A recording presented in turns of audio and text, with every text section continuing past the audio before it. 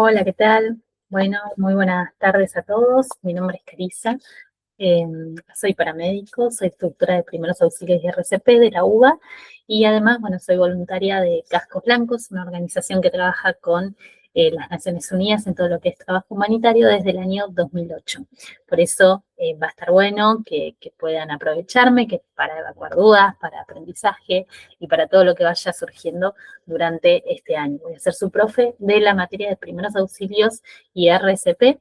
Eh, Conmigo van a cursar, como ya saben, una vez al mes. Por eso es importante que no nos perdamos ninguna clase y que puedan ver, en el caso de las clases perdidas, de manera grabada lo que les vaya dejando, más los links de los videos, de todo el apoyo audiovisual que vamos a tener y además los trabajos prácticos que vamos a ir enviando y que van a ir surgiendo de cada clase, de cada unidad que vayamos viendo, ¿sí? Bien, para empezar, vamos a ver todo lo que tiene que ver con la atención prehospitalaria en cualquier situación que vayamos a actuar o intervenir que tengan que ver con situaciones de emergencias. ¿Cuáles son los propósitos y los alcances de esta capacitación? En primer lugar, bueno, brindarles a ustedes todo lo que tengan que ver con los conocimientos, las herramientas, o sea, todas las herramientas que tengan que ver en primeros auxilios. Estos son conocimientos teóricos y prácticos para que ustedes puedan asistir en cualquier situación de emergencia, llegado el caso que tengan que hacerlo. Desarrollar conocimientos, no solo técnicos, sino también de una manera integral a lo que es el cuidado de la salud. ¿Por qué? Porque ustedes como psicólogos sociales que se van a recibir van a trabajar con grupos de personas. Por eso es importante que en el caso que se presente cualquier situación de emergencia puedan saber qué es lo que tienen que hacer en el lugar hasta que llegue o hasta que arribe el personal médico necesario para continuar con la asistencia de esta persona. Todos los contenidos que vayamos a ver están enmarcados en la Ley Nacional Argentina, que es la 26835, que habla de brindar lo que es un curso de primeros auxilios y enseñar las maniobras básicas de reanimación cardiopulmonar dentro de las instituciones educativas del nivel medio y del nivel superior. Esto por eso nos alcanza a nosotros dentro de la tecnicatura para que sea una materia anual y de forma obligatoria la asistencia para que ustedes puedan aprobar conmigo la materia. Bien, es importante también destacar que los primeros auxilios no reemplazan la atención médica, sino que son las herramientas que vamos a dar para estabilizar una persona hasta que llegue el personal médico al lugar. ¿Cuáles son los objetivos generales de esta capacitación que van a estar recibiendo? Es reconocer y actuar ante situaciones de emergencias que pueden ocurrir frecuentemente. Esto es desmayos en las vías públicas, accidentes de tránsito, cualquier tipo de accidente que se pueda desarrollar en el hogar de ustedes o también en los lugares o en los ámbitos no solo educativos, sino también laborales de cada uno. Aplicar técnicas de evaluación primaria y secundaria, o sea, saber diferenciar cuáles son aquellas cosas que entran dentro de, o sea, valoraciones que entran dentro de la evaluación primaria, que esto es todo lo que pone en riesgo inminente de la persona, y aquellas valoraciones secundarias, que es lo que viene después cuando no corre riesgo la vida de la persona y que tienen que ver con valorar las lesiones más leves que pueden tener, pero que también requieren una asistencia eh, de primeros auxilios hasta que llegue el personal médico. Ejecutar maniobras básicas de soporte vital. Esto quiere decir realizar las maniobras adecuadas para que la persona pueda recuperar o mantener los signos vitales estables. Los signos vitales son respiración, pulso y conciencia. Desarrollar habilidades en la intervención de contextos grupales. Esto es, poder ustedes intervenir si hay una situación de emergencia de manera rápida, pero también de manera consciente, prolija y adecuadamente según la situación que se nos presente. Promover la prevención de accidentes. Es importante poder trabajar desde la prevención, justamente para evitar que después tengamos que intervenir en una situación de accidente que se nos presente en el lugar. Si trabajamos desde la prevención, por ejemplo, estamos en un salón educativo, tenemos que dar un curso o una actividad para adultos mayores y tenemos un piso donde hay huecos o está la baldosa levantada, vamos a prevenir o vamos a cercar ese lugar si no es posible arreglarlo, o lo vamos a arreglar para que después la actividad la desarrollemos en un lugar seguro, para evitar posibles riesgos que se puedan suscitar si un adulto mayor se tropieza con esa baldosa, y todo lo que tenga que ver con su caída al piso, que puede provocar fracturas, dislocaciones y demás accidentes justamente por un piso roto, ¿sí? De esto hablamos cuando hablamos de promover la prevención y trabajar desde la prevención primero para evitar futuros riesgos. Fortalecer el trabajo en equipo y la toma de decisiones. Esto es importante para no trabajar solos en una situación de emergencia, sino trabajar siempre en equipos que nos permitan desenvolvernos con mayor amplitud, ¿sí? Y de forma más prolija y organizada. De no poder hacerlo porque no contamos con un grupo para desenvolvernos, saber hacerlo de manera sola también hasta que llegue el personal médico.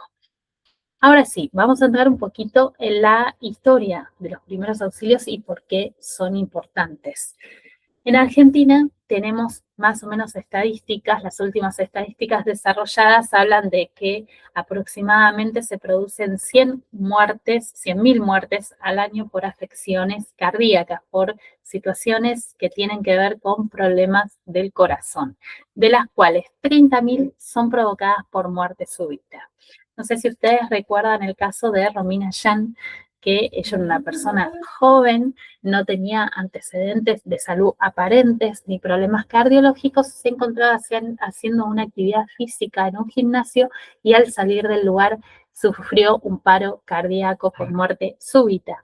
Las personas que estaban con ella no sabían actuar, o sea, no sabían hacer RCP en el momento, y cuando llegó el personal médico al lugar no pudieron recuperar los signos vitales de ella. De estos hablamos cuando hablamos de muerte súbita en el lugar.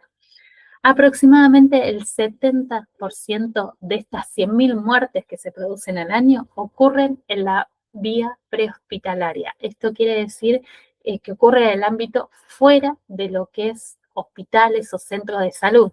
Por eso es importante que toda persona sepa y tenga conocimientos de primeros auxilios y las maniobras de reanimación cardiopulmonar para poder asistir en estas situaciones en el caso de que se presente. Esto alarga las probabilidades de vida de la persona, ya que si nosotros intervenimos de forma rápida y correcta hasta que llegue el personal médico al lugar, tiene la persona o el accidentado más probabilidades de recuperar los signos vitales o de mantenerse estable en cuanto a las lesiones que se presenten hasta que llegue el personal médico al lugar, que esto va a ser a través de la asistencia que nosotros le vamos a poder brindar con los conocimientos que vamos a aprender. Recordemos entonces que los primeros auxilios, tener estos conocimientos de primeros auxilios, son vitales porque pueden salvarle la vida a una persona, ¿sí? Bien, ¿qué son entonces los primeros auxilios? Si nosotros tenemos que hablar de los primeros auxilios, y acá voy a hacer un paréntesis porque me parece muy importante que ustedes sepan estos. A mí no, no me requiere de importancia, no me importa que ustedes se aprendan los conceptos de todo el material que yo les voy a compartir en este manual de forma de memoria. A mí lo que más me interesa es que ustedes aprendan a saber cómo actuar en una situación de emergencia, no por definiciones textuales, sino por conocimiento, por práctica, ¿sí? Obviamente, la teoría es importante para saber qué tengo que hacer, pero después, si eso no lo acompañamos con la práctica, no resolvemos nada. Entonces, yo no quiero que se aprendan esta definición, por ejemplo, de primeros auxilios de manual, que son los cuidados inmediatos, adecuados y provisionales prestados a las personas accidentadas o con enfermedades de aparición súbita antes de ser atendidos en un centro asistencial. Me interesa que sepan que los primeros auxilios son todas las herramientas, esto son todas las herramientas que le podemos dar a una persona y los conocimientos que vamos a aplicar en una persona para poder asistirla frente a cualquier situación de emergencia hasta que llegue el personal médico al lugar y continúe con la tarea que nosotros estábamos haciendo, ¿sí? Bien, eso cuando hablamos de primeros auxilios. ¿Cuáles son los objetivos básicos, principales y generales de los primeros auxilios? Conservar la vida de la persona. Esto quiere decir que a mí me interesa que la persona viva, que tenga signos vitales, ¿sí?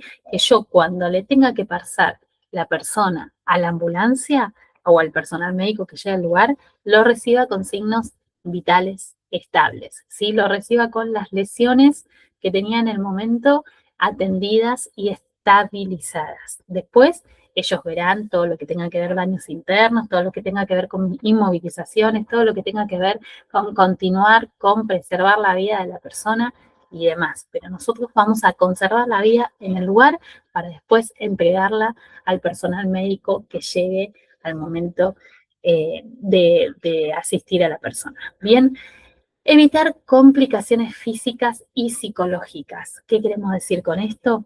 Que si hay algo que yo no sé hacer, no lo hago. Si tengo dudas porque me choqueo, porque me bloqueo, no lo hago. Y no toco, no movilizo a la persona más de lo necesario en el caso de que sepa cómo movilizarla y si es prioritario. O sea, si yo tengo que asistir a una persona dentro de un incendio, no es posible. Tengo que evacuar a la persona y asistirla afuera. ¿Se entiende? Solamente voy a movilizar a la persona cuando esta persona tenga riesgo de vida y yo lo tenga que evacuar sí o sí. Si no, no lo voy a movilizar, lo voy a estabilizar lo más que puedo en el lugar. Esto hablamos de evitar complicaciones físicas más de las que ya tiene, ¿sí?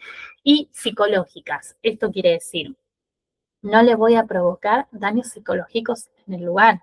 O sea, si falleció un familiar, no le voy a dar esa información en el momento, porque si no, el cuadro de esta persona, que todavía continúa con signos vitales, puede empeorar. Entonces, toda información innecesaria para el momento que pueda llegar a afectar sus emociones o su parte psicológica, no se la voy a dar. Después se encargarán las personas adecuadas, personas de asistencia mental y demás, a darle la información que haya que pasar. Si no hablamos de muerte, lo mismo hablamos de una fractura externa. No le voy a decir, ay, mira cómo te sangra la pierna, ay, tenés el hueso afuera. No les voy a dar ese tipo de información. ¿Qué le voy a decir? Quédate tranquilo, en mi caso soy paramédico, si no, quédate tranquilo, yo tengo conocimiento de primeros auxilios, te voy a asistir, voy a aplicar presión sobre tu herida para poder hacer que no sangre, ¿sí? O para que no sientas tanto dolor. Ese tipo de información es la que yo le voy a pasar a la persona. Bien. Después, otro de los objetivos es ayudar a la recuperación. ¿Qué quiere decir con esto? Una vez que yo asistí, por ejemplo, a esa herida, hasta que llegue el personal médico al lugar, yo voy a ayudar a que la persona esté lo más confortable posible. ¿Sí? Si hace frío, voy a recurrir a buscar una manta para abrigarla. Si está lloviendo, voy a tratar de conseguir algún nylon, un paraguas, algo que lo aísle de la lluvia. Esto va a ir ayudando a la recuperación de la persona y a la estabilización hasta que llegue el personal médico al lugar. Bien. Y por último, asegurar el traslado de los accidentados a un centro asistencial. ¿Qué quiero decir con esto? Asegurarme de que se active el servicio de emergencias médicas, de que llegue la ambulancia al lugar, de que el accidentado sea subido a la ambulancia, de que los familiares sean avisados y de que la ambulancia proceda a trasladar a la persona. De ahí, yo cumplí mi función, terminé mi trabajo y continúa el trabajo de asistencial médica que haya llegado al lugar. Bien, cuando iniciamos la charla dijimos que esta capacitación se basa en una ley nacional, que es la Ley Nacional de Educación 26835, establecida en Argentina, la cual habla, fue promovida por el Ministerio de Educación y habla de que toda persona, docente y alumno, pueda recibir en el nivel medio y en el nivel superior de educación lo que son los conocimientos de primeros auxilios y reanimación cardiopulmonar. Esto no sucede en toda la Argentina, si bien está la ley, no todas las provincias adhirieron a esa ley y no todas las provincias están cumpliendo con brindarles a los alumnos del nivel medio y superior una capacitación en primeros auxilios para que tengan los conocimientos para poder asistir frente a cualquier situación de emergencia de riesgo que se le presente. Si bien hay proyectos, por ejemplo, en Puerto Madryn y en Chubut, se han presentado proyectos para poder acompañar esta ley nacional, hasta el día de hoy las escuelas, por lo menos acá en Puerto Madryn, no están recibiendo la capacitación como deberían hacerlo, y es importantísimo porque si nosotros ponemos de ejemplo a toda la persona, que todas las personas recibieran, por ejemplo, en la secundaria, un curso o que lo agregaran como materia, lo cual sería ideal, de primeros auxilios y RCP, estos alumnos ya saldrían y se recibirían de la secundaria sabiendo cómo actuar en una situación de emergencia, lo cual evitaría que haya tantas muertes como decíamos al principio, o tantas situaciones de riesgo de salud en la vía pública o en la vía prehospitalaria, porque las personas sabrían cómo actuar correctamente. Incluso, por ejemplo, cuando hay un accidente en la vía pública, muchas personas no saben cómo cortar el tránsito, los autos no saben para dónde correr, todos colapsan, aceleran, se frenan, cuando deberían abrirse para ambos costados y dejar pasar a la ambulancia por el medio. Estos son datos que realmente falta mucha educación, falta mucha información y hasta el momento no se ha estado dando, que estaría bueno como agentes involucradores que nosotros somos, poder ir presentando proyectos para poder brindar más capacitaciones en los ambientes o en los ámbitos educativos. Lo ideal sería que lo reciban desde primaria, pero la ley abarca el nivel medio y superior, por lo cual es que nosotros decidimos desde el instituto poder darles a ustedes esta materia que va a tener una proyección anual que se va a realizar una vez al mes, como decíamos, pero que ustedes van a ir adquiriendo los conceptos teóricos y también los prácticos para poder tener los conocimientos necesarios en el caso de ser necesario. Esperemos que nunca les toque, pero poder involucrarse y atender a personas víctimas de cualquier situación de emergencia.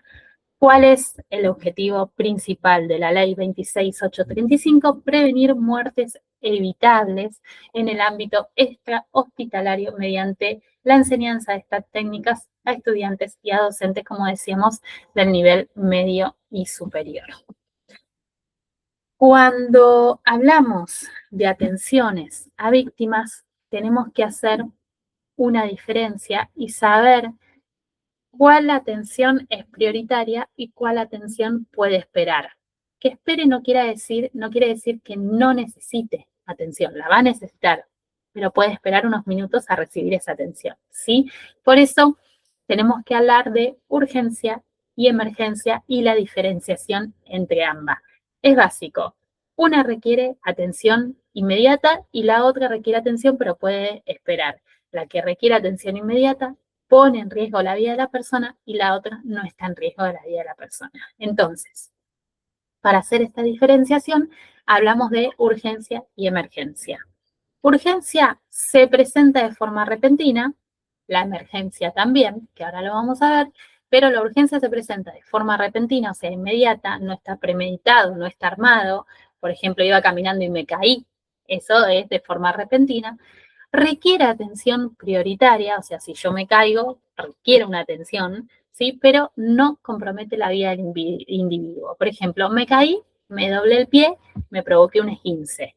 ¿El esguince requiere atención? Sí, pero ¿compromete mi vida? No. Entonces es un caso de urgencia. Mientras que la emergencia se presenta de forma repentina también, no está planeada, ¿sí? Me caí, por ejemplo, requiere atención inmediata. ¿Por qué? Porque pone en riesgo inminente la vida de la persona. Por ejemplo, me caí, me desvanecí porque tuve un infarto, un paro cardiorrespiratorio. Requiero atención inmediata porque si mi corazón no late, mi sangre no oxigena y no llega tampoco oxígeno al cerebro, lo cual provoca la muerte de la persona. Entonces es prioritario realizar las maniobras de reanimación cardiopulmonar en el caso de la emergencia. Si yo tengo dos pacientes que se cayeron, por ejemplo, al mismo tiempo, uno presenta un paro cardiorrespiratorio y el otro se esguinzó, ¿cuál va a requerir una atención inmediata? El de la emergencia, el del paro cardiorrespiratorio. El otro va a tener que ser atendido, pero puede esperar un rato más. Esa es la diferencia que tenemos que saber para saber también el orden de atención en el caso de que yo tenga más de una víctima que atender, que también lo vamos a ver en el capítulo cuando veamos triage. El triage es un sistema de atención mediante colores según la gravedad del paciente. Entonces yo los clasifico, es un sistema de clasificación. Cuando tengo varias víctimas, los clasifico por colores para ordenarme lo que es el orden de atención, para ver cuál tengo que atender primero y cuál justamente es una urgencia y puede esperar la atención un poco más que el paciente emergente, ¿sí? Y acá es donde entramos nosotros, los primeros respondientes. ¿Quiénes son los primeros respondientes? Son las personas que llegan primero al lugar de la emergencia, que son las personas que tienen conocimientos básicos en primeros auxilios, que pueden brindar la atención prioritaria a la persona accidentada hasta que llegue el personal médico al lugar. El primer respondiente va a tener en sus manos a cargo la estabilidad de la persona, tanto física, obviamente, como psicológica y emocional, como veíamos antes, pero prioritariamente física. Esto quiere decir que va a ir atendiendo las lesiones de las más graves hasta las más leves para poder estabilizar al paciente, poder estabilizar lo que son los signos vitales, lo que es la respiración, el pulso y el nivel de conciencia de la persona y las heridas que esta persona también presente. Si presenta heridas, si presenta hemorragias, si presenta fracturas, si presenta alguna patología o algún problema de salud, si convulsionó, si es hipertenso, todo eso después lo vamos a ir viendo. Bueno, son todas las asistencias que tiene que brindar el primer respondiente, ¿sí? Entonces repasemos. Es la primera persona que llega al lugar donde ocurre una emergencia. Es la primera persona que brinda la asistencia a la víctima en el lugar. Puede ser cualquier persona siempre y cuando tenga los conocimientos básicos de primeros auxilios para poder auxiliarlo. Si yo no sé cómo tratar una herida, no lo puedo asistir.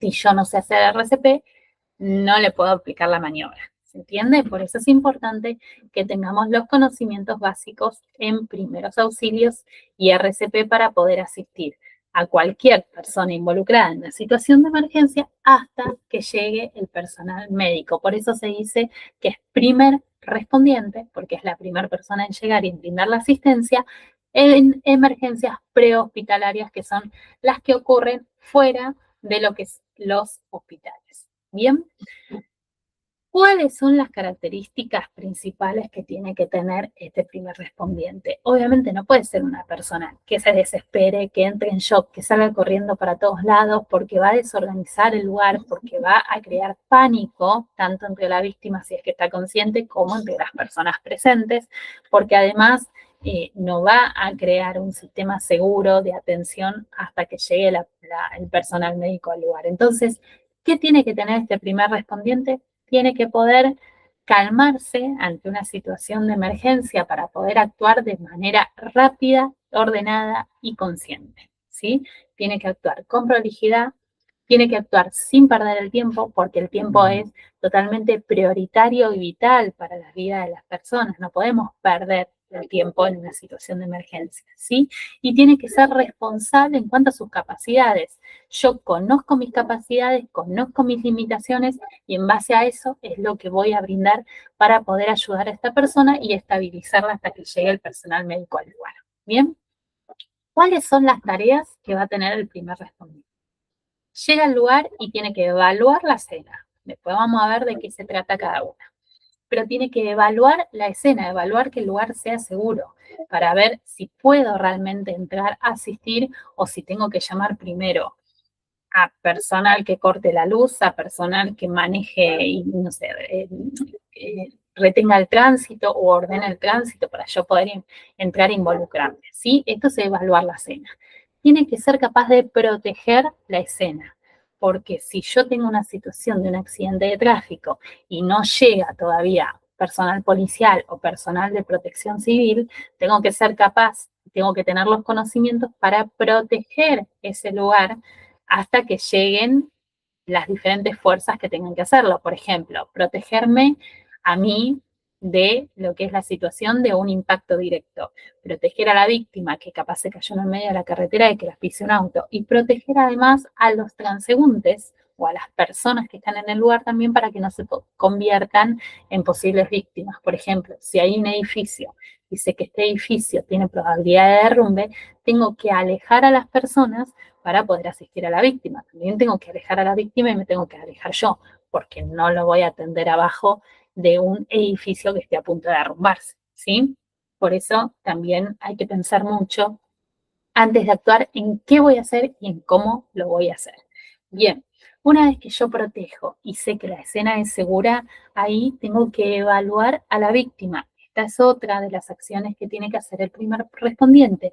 Evalúa a la persona para ver qué tipo de heridas tiene, si está consciente, si está inconsciente, y para que cuando yo active el sistema de emergencia o derive a otra persona a activar el sistema de emergencia, sepa a través de esta valoración qué información voy a pasar acerca de lo que estoy viendo que tiene la persona, ¿sí? Y ahí voy a brindarle los primeros auxilios al accidentado en cuanto a las valoraciones primarias y secundarias de lo que yo vaya viendo en esta persona para hacer. Bien, tengo que contener y acompañar. ¿Contener y acompañar a quién? Bien, tengo que contener y acompañar a la víctima si es que está consciente, porque puede ser que si la víctima está consciente, viajaba en un vehículo, tuvo un accidente de tráfico y se le murió el acompañante.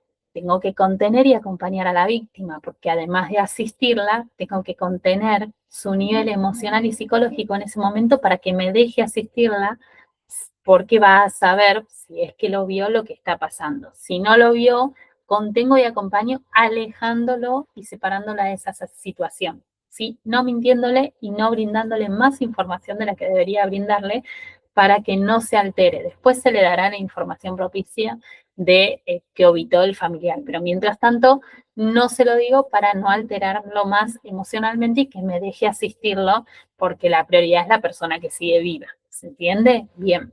Ahora, si la persona está inconsciente, pero al revés, tiene familiares, viajaban en un vehículo, chocaron, esta persona quedó inconsciente, está herida y está el hijo al lado, tengo que contener y acompañar también al hijo, porque si no, este hijo puede entrar en un paro cardíaco o puede derivar en un shock emocional por lo que está viendo de la situación de su papá. Entonces, además de que mientras estoy asistiendo al papá, tengo que contener y acompañar emocionalmente a los familiares y a las personas que están presentes en el lugar para que no se transformen en posibles víctimas también.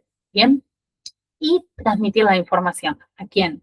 Al servicio de emergencia que yo llamé, o transmitirle la información a la persona que tengo al lado, que es la que llamó al servicio de emergencia, y yo le voy a pasar la información para que esta persona se la pueda transmitir al operador de emergencia. Estos son entonces las características y las tareas básicas que tiene el primer respondiente, que en este caso voy a ser yo, la primera persona con conocimientos de primeros auxilios que llega al lugar de la escena del accidente.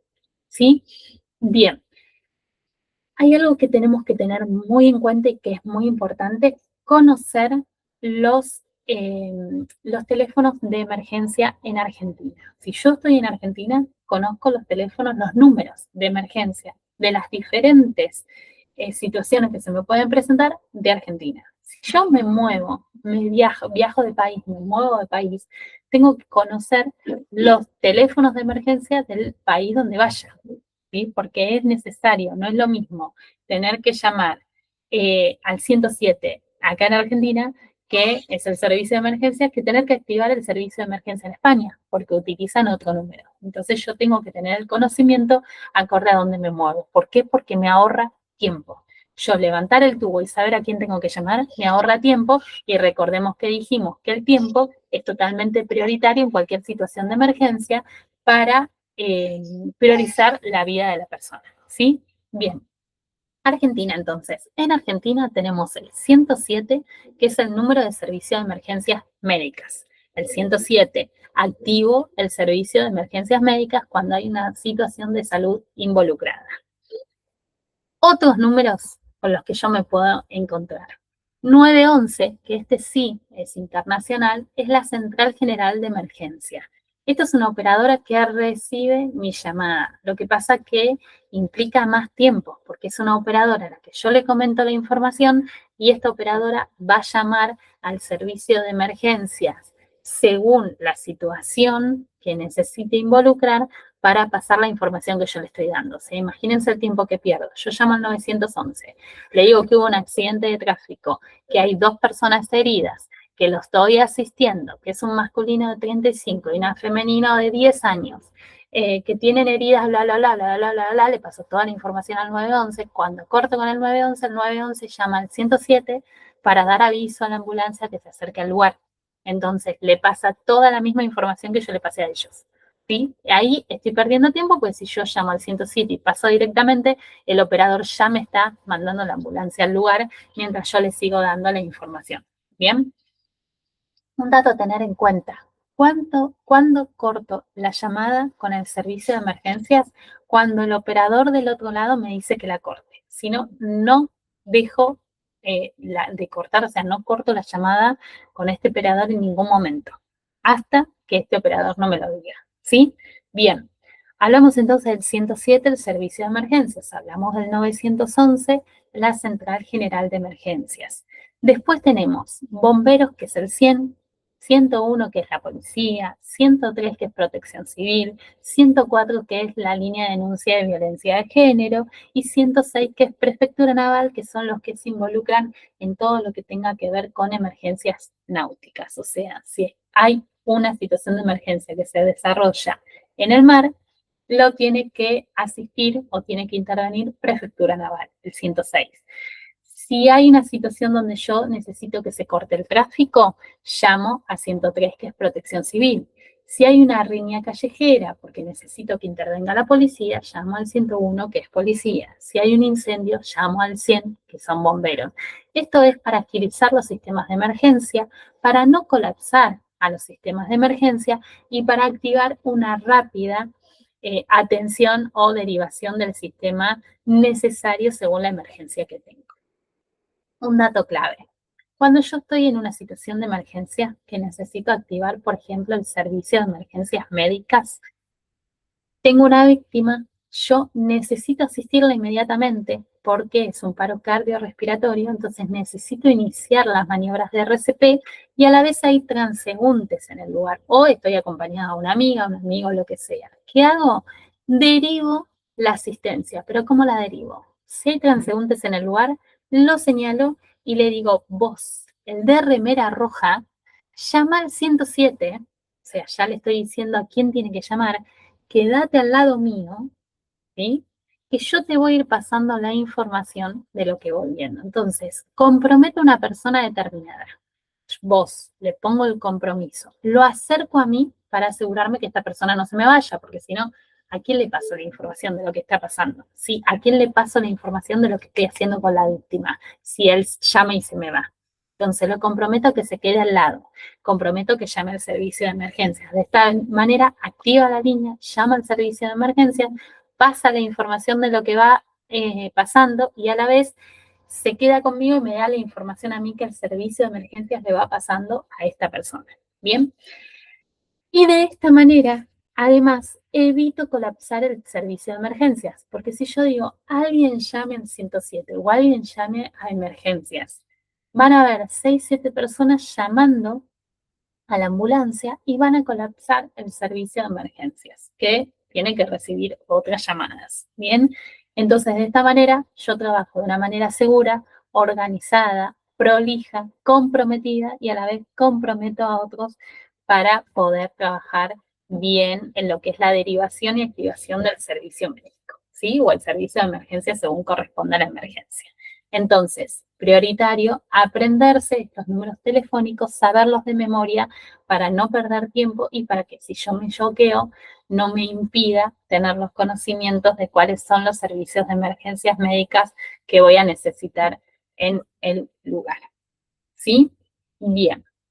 Yo sé que quizás es mucha información, mucho material teórico, pero van a ver que a medida que vayamos haciendo la práctica, todo esto va a ir saliendo solo y los conocimientos van a ir surgiendo de una manera más fácil. Bien, hablemos entonces de lo que es la emergencia prehospitalaria. Emergencia fíjense, prehospital, antes del hospital, antes de la llegada o arribada de la persona al hospital. ¿Cuáles son los principios generales de la emergencia prehospitalaria? El objetivo, como bien decíamos antes, de todo esto es preservar la vida de la persona, evitar que la condición que la víctima está teniendo en este momento, la herida, la situación de salud, la situación psicológica, lo que veamos, empeore a lo que ya tiene, ¿sí? Y favorecer su recuperación. Esto quiere decir que yo llego, ¿sí? Le brindo la asistencia según los conocimientos, primeros auxilios básicos que yo tengo y voy favoreciendo a que se vaya recuperando o por lo menos logre la estabilización hasta que llegue el personal médico al lugar. Prioritario siempre, como hablamos antes, la seguridad. La seguridad quiere decir que antes de tomar intervención, antes de involucrarme en esta situación de accidente, el primer respondiente, que soy yo, la primera persona en asistir, tengo que asegurar que el lugar sea seguro, ¿sí? Para poder involucrarme yo, o sea, que sea seguro para mí, que sea seguro para la víctima que está en el lugar y para las personas que están presentes. Por eso hacíamos mención y poníamos de ejemplo un derrumbe de un edificio. Yo antes de asistir a la víctima tengo que ver que el edificio no se me vaya a caer encima, ¿sí? Si veo que me da el tiempo para asistir, la saco del lugar porque la tengo que asistir afuera. No me voy a poner en riesgo de quedarme asistiendo a una persona adentro donde un edificio se me puede venir encima. Y a la vez voy a alejar a los transeúntes del lugar porque corren el riesgo de transformarse en posibles víctimas también. Esto hablamos de seguridad como prioritario antes de poder arribar y llegar a la persona y asistir a la víctima en el lugar. Bien, luego evalúo la escena también y para la víctima es clave que yo actúe correctamente. ¿Qué quiero decir esto?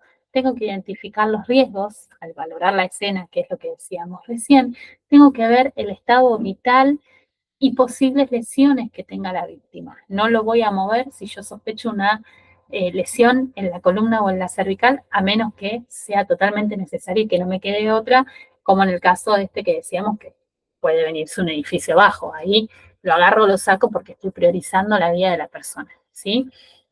Bien, luego lo que voy a hacer es aplicar los primeros auxilios acorde a las capacitaciones o acorde al nivel de capacitación que yo tenga. Yo no puedo pretender con este curso que ustedes en un año sepan cómo mover en bloque estricando una persona con los elementos necesarios de la tabla, el collarín cervical y todos los elementos de estricación de un auto. Por ejemplo, yo no puedo pretender que ustedes sepan porque se necesita demasiada práctica, pero sí que sepan lo que no tienen que hacer, por ejemplo, en el momento de una estricación o en el momento de un accidente automovilístico. Que sepan que si no hay riesgo en la vida de la persona, no lo muevo. Lo asisto ahí donde está y como puedo, para estabilizarlo hasta que llegue el personal médico o hasta que llegue bomberos, por ejemplo, que son los que realizan la extricación de la persona del auto y puedan recurrir con los materiales necesarios. Porque si no tengo los materiales para hacer una inmovilización completa a la víctima, tampoco lo voy a poder mover en bloque y estricar es sacar del vehículo. Por eso siempre tengo que ser consciente en lo que voy a hacer acorde a los elementos que tengo, acorde a la capacitación y al nivel de experiencia que tengo para poder asistir a la persona. Bien, ahora hablemos un poco de lo que son aspectos legales y éticos en la atención. Esto quiere decir todo el marco jurídico. A ver, si bien no hay una ley que diga, vos según la ley tanto podés atender a una víctima, no hay una ley. Sí está la ley del buen samaritano que dice que mientras tenga los conocimientos básicos de primeros auxilios, yo puedo asistir en cuanto a esos conocimientos a una víctima involucrada, si tengo su consentimiento en el caso de que esté consciente, y en el caso de que esté inconsciente, siempre que sea prioritario para la vida, hasta que llegue el personal médico al lugar. También está la parte de la ley de abandono de persona, que dice que yo, si estoy en el lugar del hecho, no puedo abandonar a la persona hasta que no llegue personal oficial o médico al lugar. Esto quiere decir bomberos, fuerzas de seguridad o personal médico que me diga, listo, ya está, puedes irte, ¿sí? Porque soy testigo ocular de que hay una víctima y que, aunque no sepa, en el caso de que no supiera qué hacer en el momento y cómo ayudarla, sí puedo activar un sistema de emergencia y quedarme al lado de la persona sin abandonarla hasta que llegue el personal oficial al lugar y pueda irme sin ningún riesgo, por decirlo así, legal que me involucre a abandono de persona. Bien, entonces, si vamos a los aspectos generales legales del primer respondiente, tiene que actuar con responsabilidad siempre, siempre, siendo una persona responsable, por favor, utilizando la cabeza en lo que voy a hacer, no creyéndome superior, ¿sí? Porque no soy Dios, no puedo arreglar lo que es, lo que no se puede arreglar, no puedo hacer algo si no tengo los conocimientos, entonces bajo un poco el ego, bajo un poco el orgullo y hago lo que puedo siempre con razonabilidad, ¿sí? Y siendo responsable de lo que estoy haciendo. Bien, dentro, obviamente, de la capacitación que haya recibido yo y priorizando la seguridad. Ya decíamos, priorizo mi seguridad, la de la víctima y las personas involucradas en el lugar. Evito causar daños y no realizo maniobra para las que no esté entrenado. Esto ya lo hablamos. Solicitar consentimiento cuando sea posible. ¿Qué quiere decir esto? Que si la persona está consciente, yo siempre le voy a decir, primero le voy a transmitir lo que voy a estar haciendo. Si voy a estar tocando una zona de su cuerpo para palpar que no haya deformidades o que no haya fractura, si le voy a estar presionando porque hay hemorragias, también se lo transmito. Siempre le voy a estar notificando si está consciente lo que le voy a hacer. Si está inconsciente y hay algún familiar, le transmito al familiar lo que le estoy haciendo a la víctima, y si está inconsciente y no hay ningún familiar, siempre cuidando, obviamente, la privacidad de la persona, voy a estar actuando en cuanto a las lesiones que sean necesarias que yo esté asistiendo siempre con respeto hacia la persona. Bien, comunicar y registrar adecuadamente lo realizado, esto decíamos en el caso de que la víctima esté consciente, y guiarse por principios éticos como ayudar, no dañar, actuar con justicia y respetar a la persona, esto siempre. También acá hago un paréntesis porque muchas veces nos corresponde cuidar también a la víctima de robos de tercero. Esto es cuando hay una persona, por ejemplo, que se desmayó o sufrió un paro cardíaco o lo que sea, nunca faltan los atrevidos vivos que se acercan a decir yo ayudo, y en realidad es para manotear el celular, la billetera o la cartera que tenga la persona. Entonces esto lamentablemente también nos corresponde a nosotros, por una cuestión de ayudar a la persona y una cuestión moral, de cuidar las pertenencias. Si veo que tiene una mochila o algo, lo arrimo hacia donde yo esté mientras hago RCP para que no se la sustraigan en el lugar. Bien, procedimiento, esto siempre en la medida que pueda, ¿no? A ver, si yo estoy solo y viene alguien con un arma y me sacó la mochila, bueno, se la llevó. O sea, yo voy a priorizar la vida de la persona, después las cosas materiales lamentablemente son pérdidas, pero no pérdidas que influyen a la vida de la persona. Bien, procedimiento para prestar los primeros auxilios. ¿Cuáles son los procedimientos básicos de una manera organizada y que debo tener al momento de prestar la primera asistencia? Debo organizar un cordón humano para facilitar la asistencia y ventilación. Si tengo la posibilidad de que haya personas en el lugar, que nunca faltan esas personas, ay, yo te doy un vasito de agua, ay, yo te ayudo, ay, yo quiero, yo sé, hace esto, hace el otro, y que te dan órdenes desde lejos. Bueno, utilizo esas personas para que me hagan un vallado humano, para que hagan un cordón humano. De esta manera me dan a mí el espacio necesario para trabajar con la víctima sin que se me vayan metiendo otras personas en el lugar, a la vez para que me protejan de alguna manera la zona, la hagan más segura hasta que llegue personal de tránsito y pueda cortar, por ejemplo. El vallado humano también me permite alejar o dar aviso a los otros autos para que se desvíen y no interrumpan el lugar, y un montón de otras cosas que pueden ser beneficiosas, la ayuda de los transeúntes que están en el lugar en ese momento, siempre y cuando sean personas que están queriendo involucrarse en la situación, ¿sí? Pedir ayuda a personas con conocimientos en primeros auxilios. Si yo no puedo solo, que muchas veces no puedo sola, y además es mejor trabajar siempre en equipo por un tema de resistencia física, también emocional y psicológica, voy a pedir ayuda. ¿Hay alguien de los presentes que sepa de primeros auxilios? Sí, yo. Bueno, vení conmigo. Entonces, mientras yo capaz que no, como no sé cuál es el grado de conocimiento de primeros auxilios que tiene, no lo voy a involucrar de forma directa con la víctima, pero sí le voy a decir, abrime el botiquín, alcanzame una venda de 10, dame el agua oxigenada, lo voy a utilizar como asistente mío para lo que yo vaya necesitando para asistir a la víctima, ¿sí? Priorizar la atención sin signos de vida, hemorragias graves, quemaduras graves, fracturas y heridas leves. Ese es el orden más o menos de la atención que debe recibir la persona. Sin signos de vida, o sea, sin signos vitales, prioritario, rojo, ya, inmediato, atención prioritaria sobre cualquier otro tipo de cosas. Hemorragias graves también, porque la persona puede entrar en un shock hipovolémico, que esto es cuando pierde mucha cantidad de sangre y puede obviamente desencadenar o derivar este shock hipovolémico en un paro cardiorrespiratorio, lo que me deja sin signos vitales nuevamente a la víctima. Por eso es el orden de prioridad de asistencias. Quemaduras graves son muy dolorosas, necesitan asistencia inmediata, necesitan un resguardo y un cuidado también por un tema infeccioso, así que quemaduras graves es otra de las lesiones a tener como prioritarias. Luego vienen las fracturas y obviamente por último quedan las heridas más leves que presente la víctima. ¿Cuáles son las precauciones generales? Tengo que evaluar riesgos y asegurar el lugar.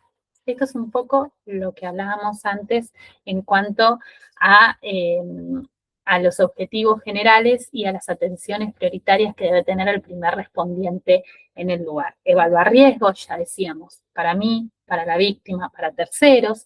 Asegurar el lugar, para asegurarme de que el lugar sea seguro para la atención. Mantener comunicación con la víctima y su entorno.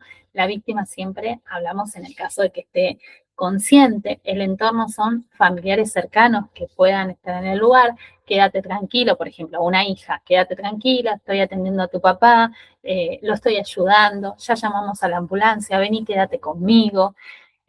Todo para que, además, si yo tengo un familiar, le puedo sacar información, si es que la víctima está inconsciente, acerca de su historia clínica, si es alérgico a algo, si toma alguna medicación, si sufrió lesiones graves, si sufrió operaciones, todo lo que me sirva a mí como antecedente para pasarle al personal médico cuando llegue al lugar. Aflojar la ropa siempre y cuando no invada la privacidad de la persona, ¿sí? Si está con una bufanda hasta acá y está con problemas de ventilación, voy a aflojar la bufanda para despejar las vías respiratorias y que pueda respirar con más facilidad, ¿sí? Verificar siempre las vías respiratorias que estén despejadas y tengan un flujo, que ya lo vamos a ver después, normal de respiración. Evitar movimientos innecesarios. Esto decíamos para no comprometer la salud de la persona, no lo muevo, si no corre riesgo la vida de la persona, no lo muevo al lugar para impedir que tenga lesiones mayores o provocar lesiones mayores de las que ya tiene.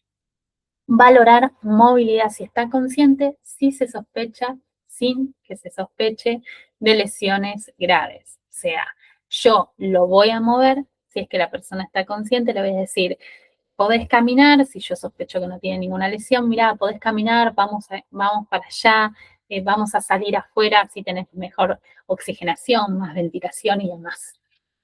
Colocar en posición lateral de seguridad si es seguro, una vez que yo realicé la valoración primaria y secundaria de la víctima, si es seguro movilizarla para evitar que se ahogue, en el caso de que expulse fluidos y demás, se lo pone en una posición lateral de seguridad, que más adelante lo vamos a ver cuándo se utiliza, por qué y cómo se realiza esta posición de seguridad, que se abrevia con las siglas PLS.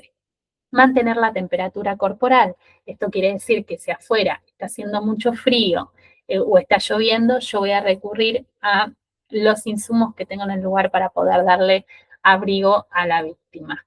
Brindar contención emocional. Si la víctima está choqueada, obviamente, en cualquier situación de accidente puede estar choqueado, puede estar angustiado, voy a aplicar en este punto los primeros auxilios psicológicos. ¿Qué es esto?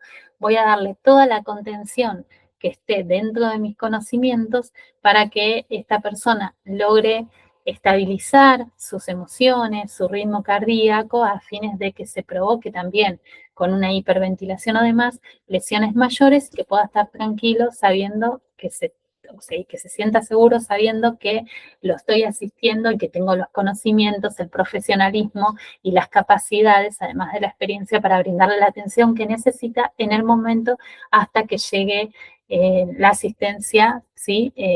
Médica al lugar. No mover si se sospechan fracturas sin inmovilizar.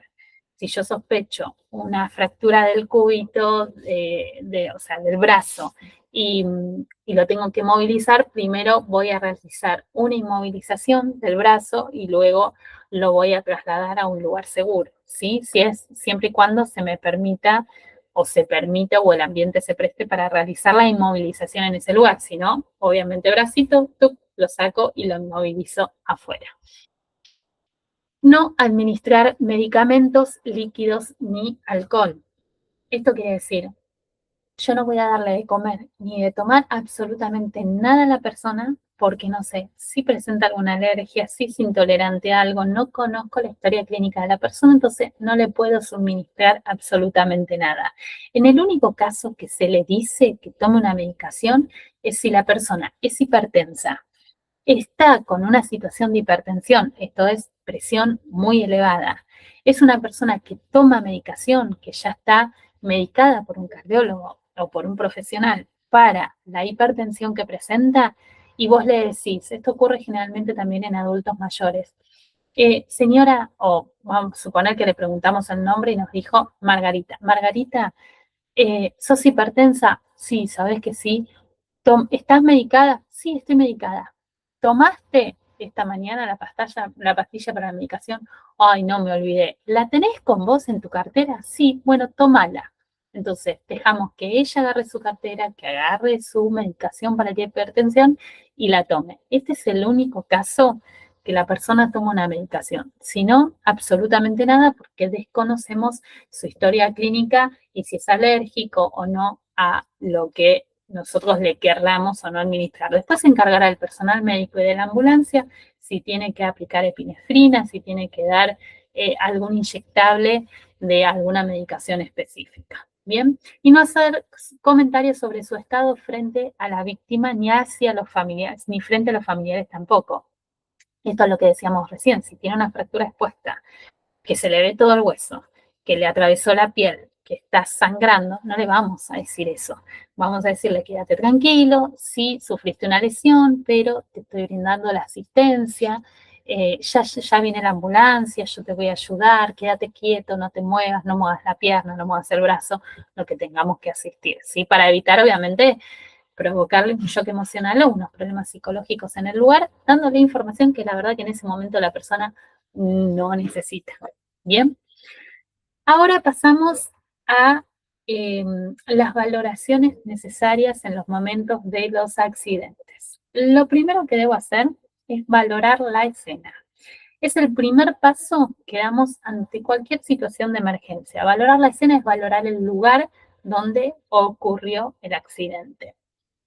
Consiste en observar antes de actuar. O sea, yo llego al lugar, miro con lo que me encuentro, miro lo que tengo en el lugar, ¿sí? Para descartar posibles riesgos que me den lugar, también para contar qué víctimas hay, cuántas víctimas hay, y después cuando llegue, en qué están las víctimas, o si necesito activar algún sistema de emergencias específicos, por ejemplo, si hay derrame químico en el lugar, tengo que llamar a personal especializado, no me puedo meter en el lugar porque me voy a intoxicar, ¿sí? Y probablemente voy a poner en riesgo mi vida actuando en un lugar donde hay un derrame químico. Bien, Permite, entonces, esta valoración de la escena permite identificar riesgos, entender qué ocurrió, cuántas personas están afectadas y qué recursos hay disponibles, que es un poquito lo que hablábamos recién. Por ejemplo, acá yo les puse una imagen de un choque automovilístico donde hay varios autos parados al costado izquierdo, ¿sí?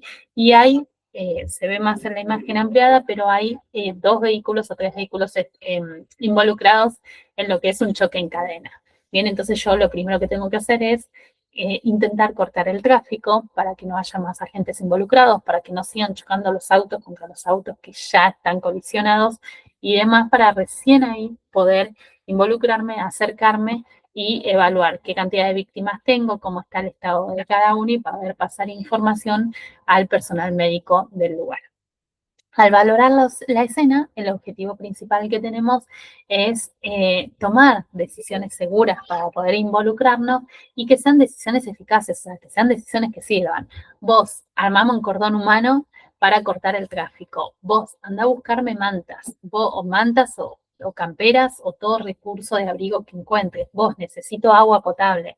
Andate al kiosco y tráeme aguas minerales, andate a la estación de servicio, tráeme bidones de agua. ¿Entienden? O sea, tengo que dar órdenes que sirvan al momento para yo poder, o que me sirvan a mí como primer respondiente para dar la asistencia en esa situación de emergencia. Y hacerme preguntas muy básicas. ¿Es seguro intervenir? ¿Tengo que entrar? ¿Es seguro que yo entre en ese lugar en este momento? ¿O tengo que aplicar llamadas a personal específico para que me aseguren la zona para después poder entrar? ¿Qué ocurrió? A ver, hay un derrumbe, hay una colisión de tráfico, hay una persona que estábamos en un grupo operativo, por ejemplo, y se desmayó, se desvaneció. Bueno, ¿qué ocurrió?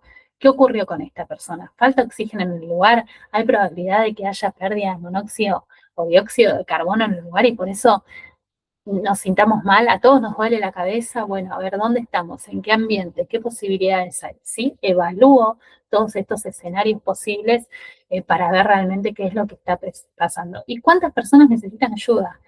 ¿Desmayó una persona? Hay dos personas desmayadas, pero otras dos que están vomitando y otras dos que se agarran la cabeza, lo que me da sinónimo de que hay monóxido de carbono. Bueno, todo esto yo tengo que hacer como una visión periférica, vieron, a ampliar nuestro campo visual y poder evaluarlo en segundos.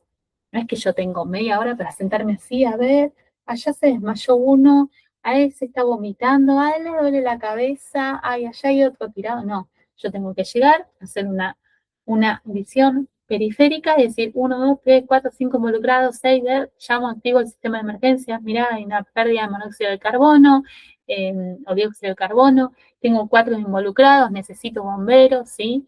Y nunca entrar a asistir en un ambiente así que sea inseguro para mí, porque imagínense, monóxido de carbono, entro al lugar, intoxico yo también, ¿sí? Y me transformo en una posible víctima más, que es lo que queremos evitar. Todo esto es importante, obviamente, como decimos, al momento de valorar bien la escena. Vieron, yo acá le pongo, por ejemplo, una foto de un accidente automovilístico donde veo 2 autos involucrados, donde veo una persona en el piso. Bueno, ahí ya hay personal asistencial en el lugar como bomberos, bien, pero hay otros transeúntes o pueden ser las personas mismas de los vehículos que descendieron, las puertas están abiertas, demás. Entonces yo veo que la zona es seguro porque está al costado de la carretera, me puedo acercar por el costado de la carretera a asistir y al llegar al lugar veo cuántas víctimas hay involucradas y empiezo a aplicar esto de el orden según urgencia de emergencia que estábamos viendo antes para realizar la atención. Y acá les puse, por ejemplo, una imagen que dice, ¿estoy seguro yo? ¿Qué pasó? ¿Hay espectadores que pueden ayudar? ¿Es seguro el lugar? ¿Cuántas víctimas hay? Y veo, esto está armado, ¿no? Es un simulacro en una escuela donde hay 2 víctimas. Fíjense que una de las víctimas, que es la de Rosa, que está tirado en el piso, tiene como un pedazo de vidrio en la cabeza y está ensangrentada. Hay otro chico por atrás que está tirado con unas sillas encima, ¿sí? Que también presenta sangre, entonces yo me tengo que acercar a ambos chicos o a ambas personas y ver cuál es urgente y cuál es emergente en el lugar que necesite una evacuación prioritaria y primero antes que el otro. ¿Bien? Ahora, al momento de acercarme al lugar, cuando hablamos de seguridad, también tenemos que hablar de medidas de bioseguridad o barreras de bioseguridad. ¿Qué quiere decir esto? Que si yo veo que voy a asistir a una víctima, que esta víctima tiene sangre o cualquier otro tipo de fluido, en lo que me pueda significar una contaminación a mí, porque yo no sé si esta víctima presenta VIH o hepatitis o cualquier otra enfermedad que se pueda transmitir a través de la sangre, por un tema de protección yo tengo que recurrir a barreras de bioseguridad, que son las barreras entre mi cuerpo o entre mi piel y la piel de la otra persona. Eh, Debemos llevar siempre en el botiquín, a partir de este momento, esta primera clase que yo voy a recibir, conocimientos de primeros auxilios y me voy a empezar a involucrar en accidentes donde haya víctimas, en el caso de que se presenten, por lo menos un par de guantes. Un par de guantes como primer medida de bioseguridad, que es la barrera que yo voy a tener entre mis manos, ¿sí? Mi piel y el cuerpo de la otra persona al momento de evaluar para evitar el contagio, ya decíamos, de cualquier fluido o cualquier enfermedad que tenga la persona. Y hay otras barreras de bioseguridad que también se pueden complementar, como ser en el caso de gafas, porque si esta persona, por ejemplo, presenta una hemorragia arterial, la sangre sale a escupitajos, sale a borbojones, y eso me puede salpicar en los ojos. Entonces, otra de las barreras son las gafas para que la sangre no entre por los ojos. Barbijo, para proteger todo lo que son las vías respiratorias, nariz y boca también. Esto se utilizó mucho también en la época de pandemia, los barbijos. Entonces, medidas de bioseguridad básicas, guantes, gafas, barbijos, medidas de bioseguridad adicionales que puedo tener como son las cofias, ¿sí? Esto es para que el pelo, sobre todo en mujeres que lo tenemos largos, al momento de asistir no caiga sobre la víctima, ¿sí? Y también hay mamelucos especiales en el caso ya estamos hablando de que tengamos que asistir en un lugar donde necesite ya cubrir todo mi cuerpo del contacto de la víctima. Pero los primeros respondientes por lo general solo llevan barbijo y guantes en el botiquín y guantes como medida prioritaria y guantes diría yo como medida sumamente obligatorias a partir de este momento en la cartera de la dama, el bolsillo del caballero o cualquier lugarcito donde yo pueda guardar unos guantes para poder asistir a la persona. ¿Sí? Bien. Hay se llama cadena de supervivencia, ¿sí? Que una vez que yo evalúo la escena, veo que la escena es segura para entrar, me pongo las medidas de bioseguridad, como hacer los guantes y demás, tengo que seguir una cadena o una secuencia al momento de asistir a la víctima. Primero, debo activar esta cadena de supervivencia. ¿Qué quiere decir? Llamo al 107. Hola, tengo una víctima de parada cardiorrespiratoria, por ejemplo. Esta persona la evalué, no respira, no tiene pulso. Voy a iniciar maniobras de RCP. Entonces, acá tenemos el dibujito. Llamo y pido ayuda. RCP precoz, que quiere decir inicio, maniobra de RCP, RCP humana, que ya después lo vamos a ver.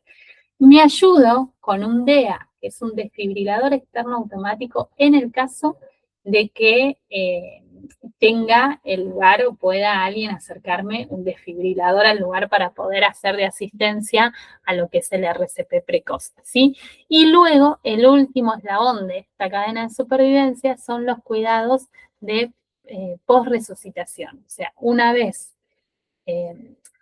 acá está resucitación, pero la palabra es reanimación. Una vez que yo logro la reanimación de los signos vitales, logro la recuperación de estos signos vitales, veo los cuidados que recibe o llegan los cuidados hospitalarios que vienen después de la asistencia prehospitalaria, que es la que yo estoy brindando, que es la asistencia que recibe en el hospital. Bien, entonces, activo el 107. Esto es la cadena de supervivencia frente a un paro cardiorrespiratorio, ¿sí?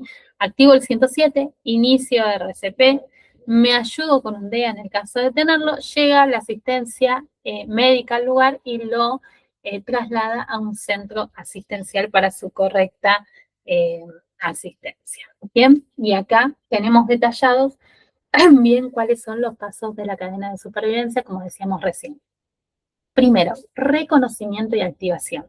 Identifico rápidamente qué situación de emergencia o urgencia es la que yo tengo y llamo al sistema de emergencias.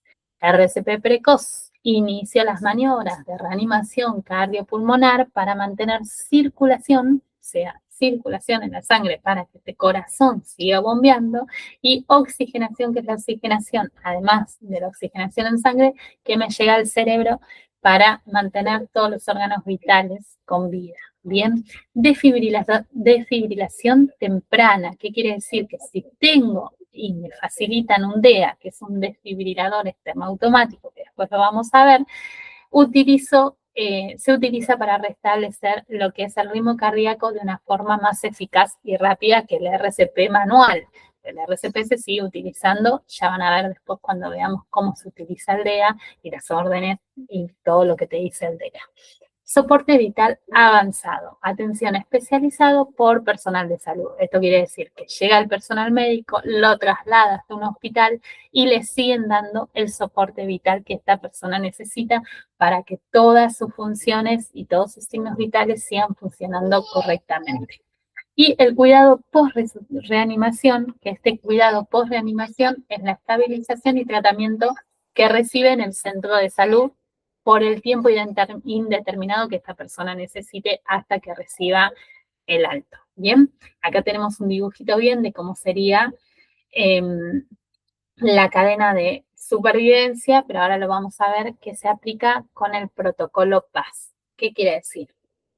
¿Qué hace el primer respondiente? Llega a la escena, evalúa que sea segura, protege de los riesgos inminentes que haya en el lugar, activa el sistema de emergencia y socorre a la víctima. Si está en parada cardiorrespiratorio, utiliza los pasos de la cadena de supervivencia que vimos recién, y si no está en parada cardiorrespiratorio, se aplica un protocolo que se llama PAS.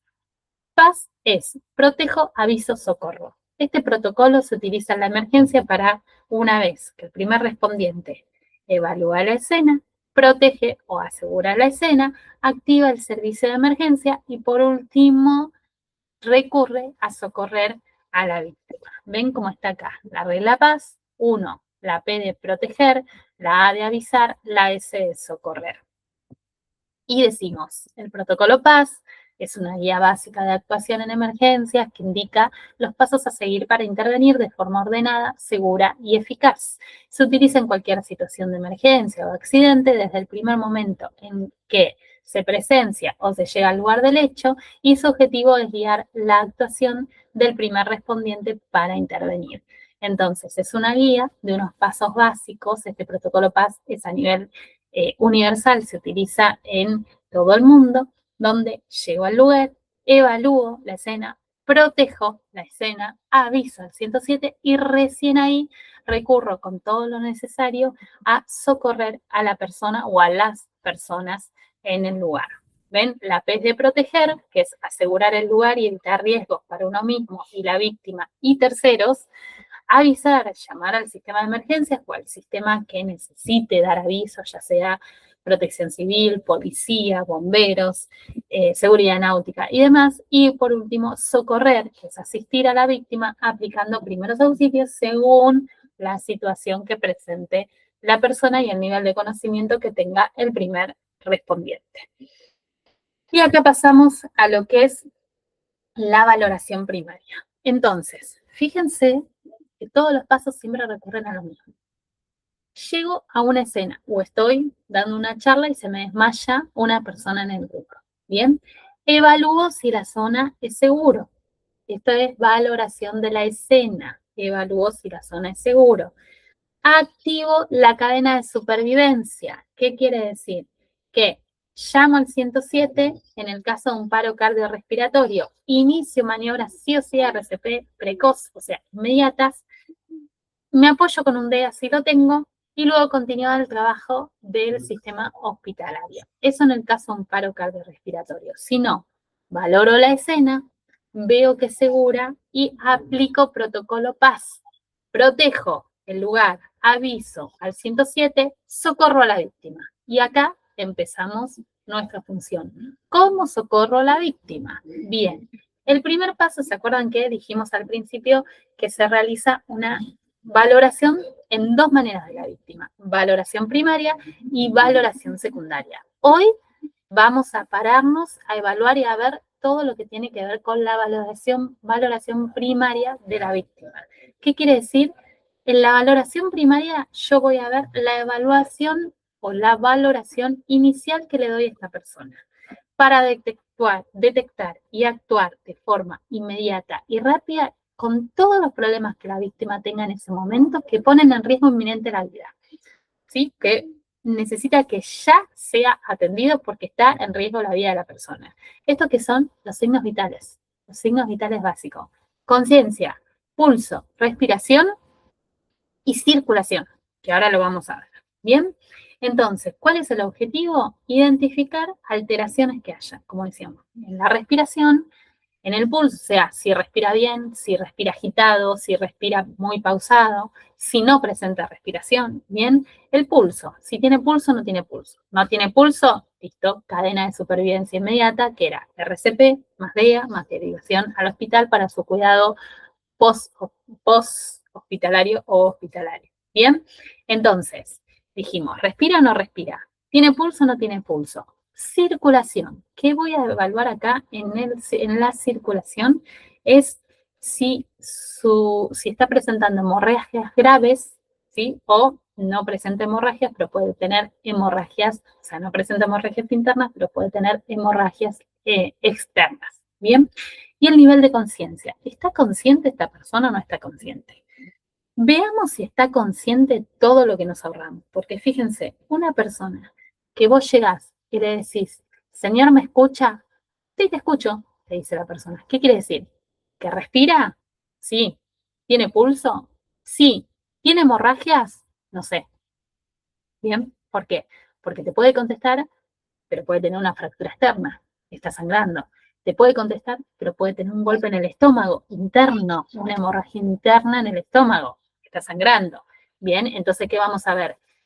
¿En qué estado está ese nivel de conciencia? Que es lo que decíamos al principio. ¿Responde ubicado temporoespacial? ¿Sabe que hoy es viernes 3 de abril? ¿Sabe que está en Argentina? ¿Sabe quién es el presidente actual? Le vamos a preguntar su nombre también para saber con quién nos dirigimos, pero como no conozco su nombre, no sé si me está diciendo la verdad o no. Por eso pregunto preguntas más generales y universales de conocimiento común de todas las personas. Bien, esto para que sepan básicamente lo de la valoración primaria. Ahora veamos cuáles son los pasos de la valoración primaria. Vamos a ver que la valoración primaria responde al ABC, ABCD, si quieren decirlo. Y hay también un ABCDE, pero vamos a ver el ABC de la valoración primaria. Primero, lo que tengo que hacer es llegar a la persona y ver si está consciente o inconsciente. ¿Por qué? Por lo que decíamos recién. Si esta persona está consciente, me habla, me responde, quiere decir que tiene pulso y respira. Después vamos a ver si la respiración es normal o está agitada o presenta una respiración más lenta, ¿sí? Porque puede derivar en problemas respiratorios. Eso lo voy a tener en cuenta. Por eso la respiración la voy a valorar igual a pesar de que esté consciente, simplemente para saber que no tenga riesgos respiratorios. Pulso, el pulso también. A ver, si no tiene pulso, RCP inmediato. Pero si tiene pulso, ¿está muy rápido, muy despacio o está normal? Si está despacio, esta persona puede derivar en un paro cardiorrespiratorio porque puede perder el pulso. Entonces tengo que estar atenta también a ese signo vital. Si está muy rápido, sí también puede provocar un paro cardiorrespiratorio, porque le puede dar un ataque al corazón. Entonces, son dos rangos del pulso que me van a indicar a mí una alerta, que también va a ser información que yo le voy a pasar al personal de salud. Pero si el pulso está normal, voy a saber que tiene pulso, voy a saber que respira normal, voy a saber que su estado de conciencia está normal. Todos estos pasos de la valoración primaria son importantísimos para descartar riesgo inminente de la vida. Y por último voy a ver si tiene sangrado, si tiene hemorragias graves, visibles o internas, que puedan desencadenar en un riesgo también de vida. Porque si pierde mucha sangre, entra en lo que llamábamos un shock, que lo mencionamos anteriormente, un shock hipovolémico, lo que le va a derivar también en un paro cardiorrespiratorio por pérdida de sangre, por pérdida de caudal de sangre. Entonces también es importante. Entonces vamos a ver así en líneas generales los pasos de la valoración primaria. Yo ya hice todo lo anterior que tenía que hacer. Valoré la escena, valoré la seguridad de la escena, activé el 107, arribo a la persona. Arribo a la persona y veo si está consciente a través de un método que se llama sample, que ahora vamos a ver letra por letra, es para ver si tiene alergia, si toma medicación, o sea, es un poco la historia clínica de la persona, ¿sí? ¿Qué hago? Evaluar si responde y obtener información básica si es posible. Bien, si está consciente y está ubicado temporoespacial, saco esta información, que vamos a ver después en el método sample, todo lo que involucre lo que necesito. Veo la vía aérea. ¿Qué compruebo? Si está libre de obstrucciones. Después vamos a ver cómo despejar la vía aérea. Yo abro la boca de la persona, hiperextendiendo la cabeza para atrás, si no sospecho que hay riesgo cervical, y al bajar el mentón, ¿sí? Hiperextiendo es tirarle de mente la cabeza para atrás. Bajo el mentón, que lo vamos a ver cuando veamos el videito de la parte práctica, que yo les voy a mandar un video grabado sobre cómo se hace, hiperextiendo bajo el mentón y veo en la cavidad de la boca y lo que vea de la garganta si no hay nada que le esté fluyendo. Si está libre la vía aérea, compruebo la respiración. Tengo que ver si respira y cómo lo hace. La respiración se comprueba a través de un método que se llama MES, que es posiciono, lo vamos a ver ahora también que está MES detallado en el manual, pero me posiciono de costado, miro, escucho y siento la respiración de la persona. Lo vamos a ver ahora cuando veamos MES. ¿Vieron? Hago conciencia a través de sample. Veo la vía aérea, que no tenga obstruida la cavidad de la vía aérea, ¿sí? La boca, y también, bueno, en nenes chiquitos pasa que a veces se meten juguetitos chiquitos en la nariz, entonces veo la nariz que no tenga nada obstruido. Compruebo si respira y cómo respira. Esto ya hablamos, si está muy acelerado, si está muy pausado, ¿sí? Si al expandir el tórax se expande igual de los dos lados, o hay una parte del tórax, por ejemplo, que no sube. Esto también me va a significar un signo de alerta. A ver, yo no le voy a hablar ni de neumotórax ni hemotórax, porque sería demasiada información para ustedes en un curso básico de primeros auxilios. Pero sí quiero nada más que sepan si el tórax se expande de forma normal, ¿sí? Si se expande los dos lados por igual o si hay una deformidad. Y es toda la información que ustedes le tienen que pasar al servicio de comunicación del 107. Mirá, veo que respira, pero el tórax no sube de parte igual. La parte derecha sube y la parte izquierda no. Ese es el lenguaje que ustedes van a utilizar. No necesito que sepan lenguajes técnicos, ¿sí? Bien, paso siguiente, pulso. Verifico si late o no late. Después veremos si late más acelerado, si late más despacio, pero ¿tiene pulso o no tiene pulso? Toda la información que yo necesito en la valoración primaria. Bien. Circulación. Esto me va a identificar a mí si hay posibles hemorragias o signos de mala perfusión. O sea, que quiere decir que con una perfusión capilar, un retorno venoso, que después es un relleno capilar, que es una prueba que yo hago con el dedo, me va a decir a mí si la sangre está volviendo, o sea, si circula con normalidad o no. Obviamente, si hay hemorragias externas, esta prueba de circulación, ¿sí? O de perfusión me va a dar mal. Entonces, va a ser evidente porque yo ya voy a ver sangre externa. Pero en el caso de que tenga una hemorragia interna, con esta prueba de relleno capilar puedo verificar si hay una mala perfusión en la persona. Y activo ayuda. Solicito emergencias, iniciar primeros auxilios según la necesidad de este caso. ¿Bien? El método de conciencia que hablábamos recién, el método de conciencia sample, que es un método que yo utilizo, que se utiliza a nivel universal también, para tener información sobre el nivel de conciencia de la persona y si está consciente para poder sacarle a la persona lo que es un breve resumen de historia clínica. Esto es, signos y síntomas. ¿Qué siente la persona? ¿Tiene dolor? ¿Tiene dificultad para respirar? Ay, mija, me duele el pecho. Estoy agitado. No puedo respirar. Bueno, veremos si es por ataque de pánico, si tiene algún problema respiratorio y demás. Pero estando consciente y la persona te refiere dolor en el pecho, también puede ser signo o síntoma de que está teniendo un paro cardíaco, ¿sí? Si al dolor del pecho le suma un entumecimiento o un hormigueo en el brazo izquierdo, también es alerta, ¿sí? De que está sufriendo un preinfarto o que tiene posibilidad de un paro cardiorrespiratorio. Bien, alergias. La A de la palabra sample viene referido a alergias. ¿Es alérgico a algo? ¿Toma alguna medicación? ¿Es alérgico a alguna sustancia, algún alimento? ¿Sí? ¿Es alérgico a algo que nosotros, no sé, al iodopovidona que se utiliza en lo que es el Parvinox? Mucha gente resultó alérgica al iodopovidona, por eso el Parvinox se dejó de utilizar, ¿sí? A ver, le va a causar una irritación en la piel, pero nosotros estamos hablando de que no tenemos que causarle ningún daño del que ya tiene la persona. Entonces, por eso el método sample es importante también para comprobar en su nivel de conciencia, tener un resumen de historia clínica de la persona. Bien, M, medicamentos. ¿Toma algún medicamento actualmente? ¿Tomó algún medicamento? ¿Es alérgico a algún medicamento? ¿Sí? P, patologías previas. ¿Tiene antecedentes médicos relevantes como diabetes, hipertenso, epilepsia, algún problema cardíaco? Bueno, esta información también. Toda esta recopilación que vamos a hacer de su estado de conciencia a través del método sample, después nosotros se lo vamos a pasar a la ambulancia. Si tengo la posibilidad de ir escribiendo notas a medida que esta persona me lo va diciendo, agarro un cuadernito, tucu, tucu, tucu, pongo sample y al lado de cada letra le pongo, por ejemplo, la A, alérgico, sí, no sé, a la penicilina, listo. M, medicamento, sí, es hipertenso, toma tal medicación. Entonces anoto todo lo que la persona me va diciendo y ese papelito después, tuc, se lo doy al personal médico que arriba al lugar.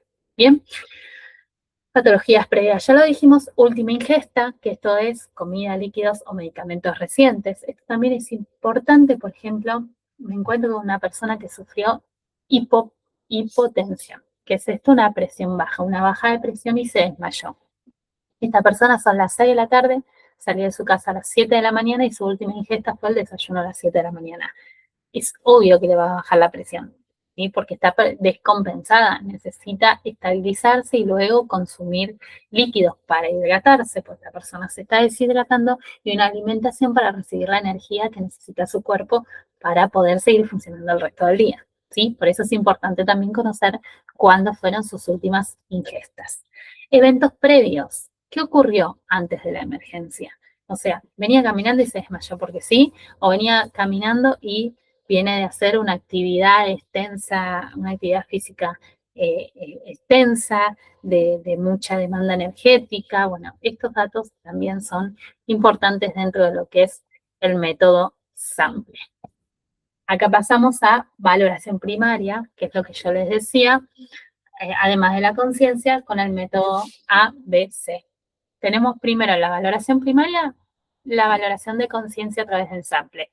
Y ahora pasamos a la A, que es vía aérea. Compruebo que estén despejadas las vías aéreas, ¿sí? Para después poder comprobar su respiración. Si las vías aéreas están despejadas, yo voy a comprobar su respiración. Acá tenemos dos casos. Puede estar con una lesión cervical o puede no tener lesión cervical. Si no tiene lesión cervical, el mejor de los casos, o no sospecho de lesión cervical. Acuérdense, puedo no ver una lesión cervical, pero ser un paciente que tiene un traumatismo por caída de altura, voy a sospechar lesión cervical y lo voy a tratar como tal, ¿sí? Pero si no tiene lesión cervical, voy a inclinar levemente su cabeza con la palma de mi mano hacia atrás, voy a extender la parte de su mentón hacia abajo y esta hace la apertura, ¿sí? De la boca de esta manera, extendiendo la cabeza. Después les voy a mandar un videito para mostrárselos con el muñeco. Hace así, hiperextiende y me deja apertura de la cavidad vocal para ver bien su vía aérea y comprobar si está despejado. Esto sin lesión cervical. Acá lo muestra el dibujito, ¿ven? Con la palma de mi mano apoyada sobre la frente, hiperextiendo, se llama hiperextender cuando se tira levemente la cabeza hacia atrás. Yo se los estoy marcando acá con el cursor.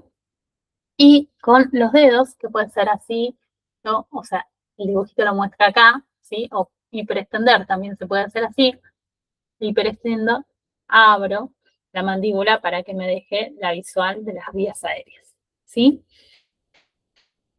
Si sospecho que tiene lesión de cervical, lesión en la cervical, no puedo hiperextender la cabeza hacia atrás, porque le voy a provocar una lesión mayor en las cervicales. Entonces, utilizo lo que es la tracción de mandíbula y mentón, ¿sí? Que mantengo la cabeza y el cuello alineados, o sea, no muevo la cabeza y el cuello, no los tiro para atrás, no los muevo, y utilizo la tracción mandibular sin inclinar la cabeza. Esto es, yo hago así cuando toco en la parte de la mandíbula, acá de la unión de la mandíbula, y aprieto, automáticamente como que se abre así para abajo, ¿ven? Si yo aprieto en esta parte de la unión mandibular con los pulgares y inclino así, automáticamente la mandíbula se va para adelante y me deja a mí la apertura vocal para ver la vía aérea, ¿ven? Yo no toco la cabeza, simplemente inclino mandíbula y se abre, ¿sí? Esa es la reacción que yo tengo que tener de la mandíbula para comprobar que se está abriendo. ¿Bien? Esto es en el caso de que yo sospeche de daño cervical para lo que es, luego del nivel de conciencia, ver la vía aérea de la persona. Y ahí sí, una vez que veo la vía aérea, paso a la posición del mes. ¿Ven? Que es la respiración. La respiración, yo me ubico con el oído cerca de la nariz boca de la víctima, apoyando la cabeza de esta manera. Los ojos tienen que ir mirando el pecho de la persona, ¿sí? El oído cerca de la nariz y boca de la víctima. Los ojos mirando el pecho y a la vez mi mejilla queda cerca de la boca de la víctima. Esta maniobra se llama MES.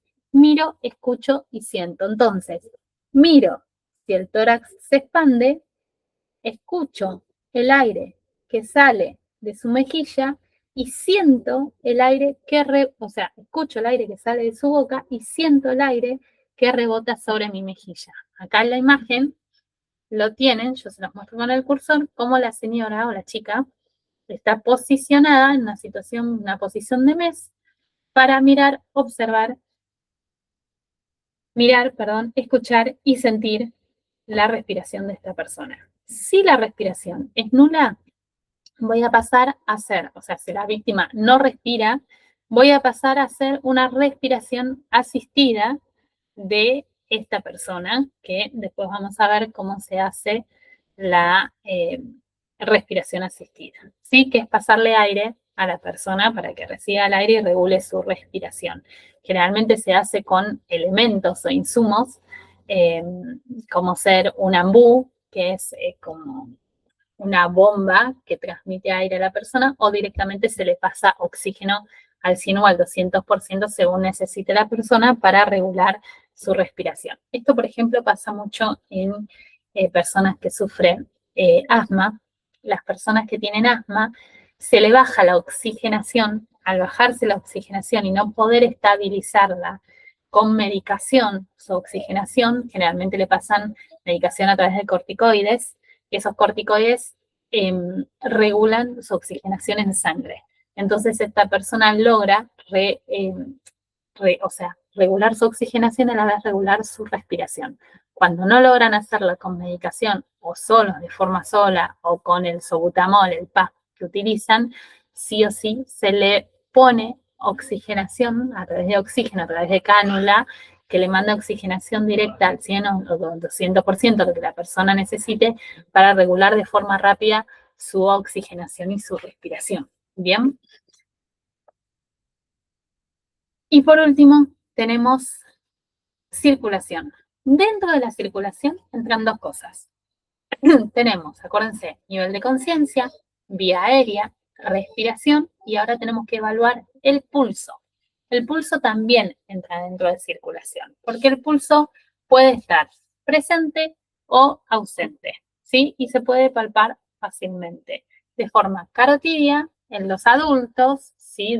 En los adultos y en los niños de mayores de 8 años se comprueba el pulso, la forma carotidia, ¿sí? Y en los lactantes, la forma braquial, que es al costado de la tetilla, debajo de la axila, que lo vamos a ver en el capítulo de pulso. Pero sepan que el orden en la valoración primaria es valoración de conciencia, vía aérea, ¿sí? Según para despejar, para ver si está despejada la vía aérea, respiración, circulación, que en circulación entra primero el pulso y luego detectar hemorragias, ¿sí? Las hemorragias que pueden ser visibles, como dijimos antes, que puede ser la amputación o una hemorragia por fractura externa, pero estamos hablando de hemorragias también en oídos y en ojos, hemorragias que signifiquen un riesgo inmediato para la persona, ¿sí? Y también pueden ser hemorragias internas, que eso lo detectamos después con el tema de la circulación a través del relleno capilar. Bien, dentro de circulación entonces dijimos que tenemos pulso y hemorragias. Y en circulación vamos a ver lo que es el relleno capilar, que se comprueba de la siguiente manera. Esto dijimos, vamos a obviar la prueba del relleno capilar en el caso de que veamos hemorragias externas, porque es obvio que esta prueba va a dar mal, ¿sí? Si no tiene hemorragias externas, para ver el tema de su circulación, vamos a hacer una maniobra que se llama relleno capilar. Esto es, con mi dedo yo aprieto la yema del dedo de la persona hasta que se ponga blanca. Cuando la suelto, tiene que retornar el color de la yema del dedo a su color normal del resto del dedo, o sea, el color rosadito, en menos de 5 segundos, 5, 6 segundos. Si tarda mucho más tiempo, estamos hablando de una pérdida o una modificación en lo que es su circulación. Bien, entonces leamos cómo se realiza. Se realiza la prueba de relleno capilar para valorar la perfusión periférica, esto es el retorno sanguíneo, presionar la yema del dedo hasta que se ponga blanca, como decíamos recién, y observar cuánto tiempo tarda en volver a su color rosadito. Un retorno rápido indica buena circulación sanguínea, un retorno lento puede ser signo de shock o compromiso circulación. Estamos hablando de shock hipovolémico, que es el shock por pérdida de sangre de forma significativa, ¿sí? Y el pulso.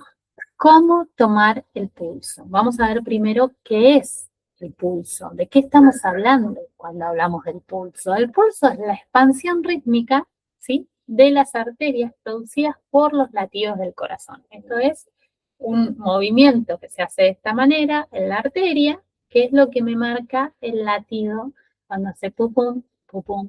Parece una explicación, pero pum, pum, el corazón es porque es la forma en que se bombea la sangre para producir el latido. Bien, permite evaluar la circulación, justamente la circulación de la sangre de forma normal a lo que es el cuerpo. Al valorarlo, se observa su frecuencia, latidos por minutos, su ritmo, o sea, la frecuencia es cuántas veces por minuto está latiendo este corazón. Pupum, pupum, pupum, ¿sí? ¿Qué ritmo? ¿Regular o irregular? Pupum, pupum, es regular. Si yo tuviese un ritmo, pum, pum, pum, pum, pum, pum, pum, pum, pum, pum, eso es irregular, ningún corazón late así. Pero vos podés estar teniendo una arritmia o puede haber un soplo que me mete un latido dentro de los latidos del corazón, yo escucho un soplo o escucho un silencio, cualquier cosa que me altere el latido de este corazón hace significancia al ritmo en que está latiendo este pulso, ¿sí? O este corazón, y si es un ritmo irregular, tenemos que saber que no es normal, o sea, que algo está pasando en ese corazón, ¿sí? Y por último, la fuerza. Late fuerte, late débil o hay un pulso ausente. Si está ausente, RCP. Ya dijimos, no nos va a importar ninguna otra valoración más dentro de la víctima, no nos va a importar si tiene fracturas, si tiene un golpe, no importa. Dejo todo y hago RCP ante la ausencia de pulso, ¿sí? Si es un pulso acelerado o un pulso débil, también estamos hablando de alteraciones de pulso que pueden significar un riesgo para la vida de la persona, porque si es muy débil, puede ir desapareciendo, entra en paro cardiorrespiratorio. Si es muy fuerte, puede darle un ataque cardíaco, entonces, o un infarto, también desencadena un paro cardiorrespiratorio. Todo eso va a desencadenar en que yo tenga que terminar haciendo RCP. Bien, Entonces voy a tratar de estabilizar el pulso de esta persona.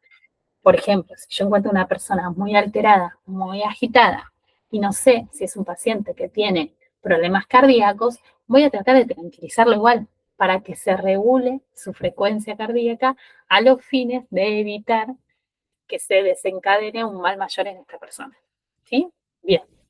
Repasemos entonces. El pulso es la expansión rítmica de las arterias producidas por los latidos del corazón que permite evaluar la circulación del mismo. Al observarlo, podemos ver su frecuencia, cuántos latidos hay por minuto, que vamos a aprender a contarlos, qué ritmo, si es regular o es irregular, y cuánta fuerza, si es poca, si es mucha o directamente no late. Bien. Pulso en adultos. Vamos a ver el pulso carotídeo. Yo les voy a explicar dos pulsos o dos maneras de tomar el pulso, que son las más cercanas al corazón, que son las que más frecuentemente se utilizan en adultos, en niños, y después vamos a ver la forma en los lactantes. El pulso en adultos y en niños.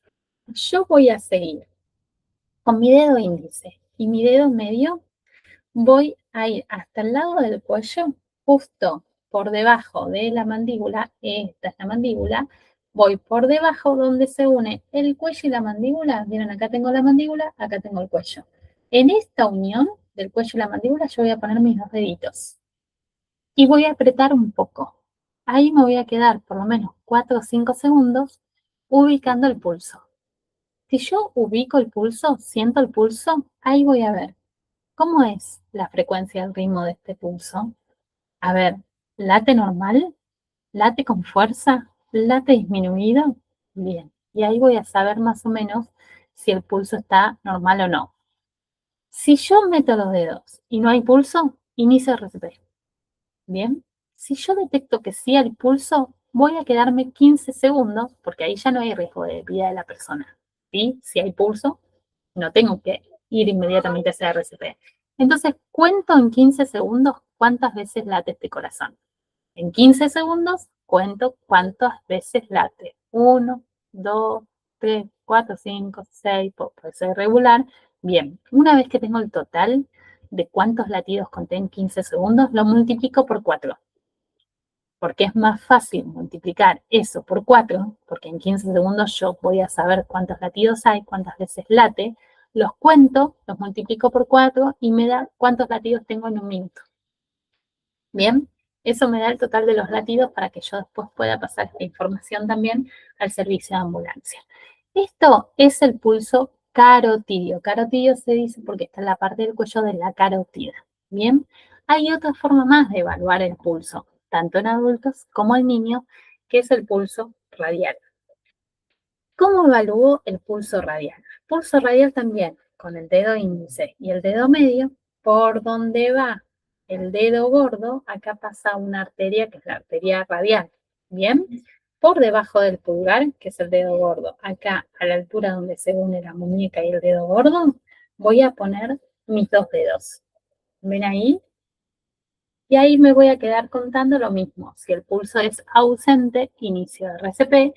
Si el pulso es presente, me quedo contando 15 segundos, lo multiplico por 4 y me va a dar el resultado de cuántos latidos tengo por minuto. Bien. Este número en un curso más avanzado se utiliza para saber si su frecuencia cardíaca es normal o no y para ver si tiene alguna alteración del pulso. Nosotros no lo vamos a aprender porque el primer respondiente lo único que tiene que identificar es si tiene o no tiene pulso para saber si tiene que hacer RCP o no tiene que hacer RCP y continúa con la valoración primaria y luego con la valoración secundaria de la víctima. ¿Bien? Entonces, lo más importante es saber si tiene o no tiene pulso. Si no tiene pulso, inicio las maniobras de reanimación cardiopulmonar. Si tiene pulso, paso a la valoración siguiente, que la única que me queda es la del relleno capilar. ¿Bien? Entonces, esto es el pulso carotídeo, el pulso radial para adultos y para niños. Si yo tomo el pulso carotídeo, no es necesario que después vaya a tomar el pulso radial. Para nada, ya tomé el carotídeo. Pero ¿qué pasa si yo tengo dudas o no lo encuentro? Pruebo el pulso radial. ¿Bien? Y si el pulso radial tampoco lo encuentro o tengo dudas porque lo sentí un solo latido y no sentí más, listo, hagan RCP igual. Ante la duda de un pulso muy débil o nulo, se hace RCP. ¿Bien? Pulso entonces, pasamos a lo que son pulsos en infantes, en lactantes. Estos son niños desde recién nacidos hasta los 12 meses, o sea, más o menos por la contextura física, pero hasta los 12 meses, o sea, hasta el año de edad, se realiza diferente la toma de pulso en el bebé al pulso que tomábamos en los niños y en los adultos, ¿sí? En los lactantes se toma en un lugar donde está la arteria braquial, que es en la parte interna del brazo, como muestra la figurita, a ver si yo lo puedo mostrar acá, ¿ven? En la parte interna del brazo, al costado de la tetilla, acá se los voy a señalar con el cursor, ahí también con mi dedo índice y el dedo medio se toma en la arteria braquial el pulso del bebé. Lo mismo, chicos, a mí me interesa saber si tiene pulso o no tiene pulso. No tiene pulso, inicio RCP en bebés. La maniobra de RCP la vamos a ver más adelante, pero también la vamos a ver, ¿bien? Si no tiene pulso, RCP. Si tiene pulso, prosigo lo que son las instancias de valoración dentro de la valoración primaria y secundaria de la persona accidentada o de la persona que haya tenido algún episodio de salud. ¿Bien? Esto en el tema de los bebés. Pulso, entonces, para repasar.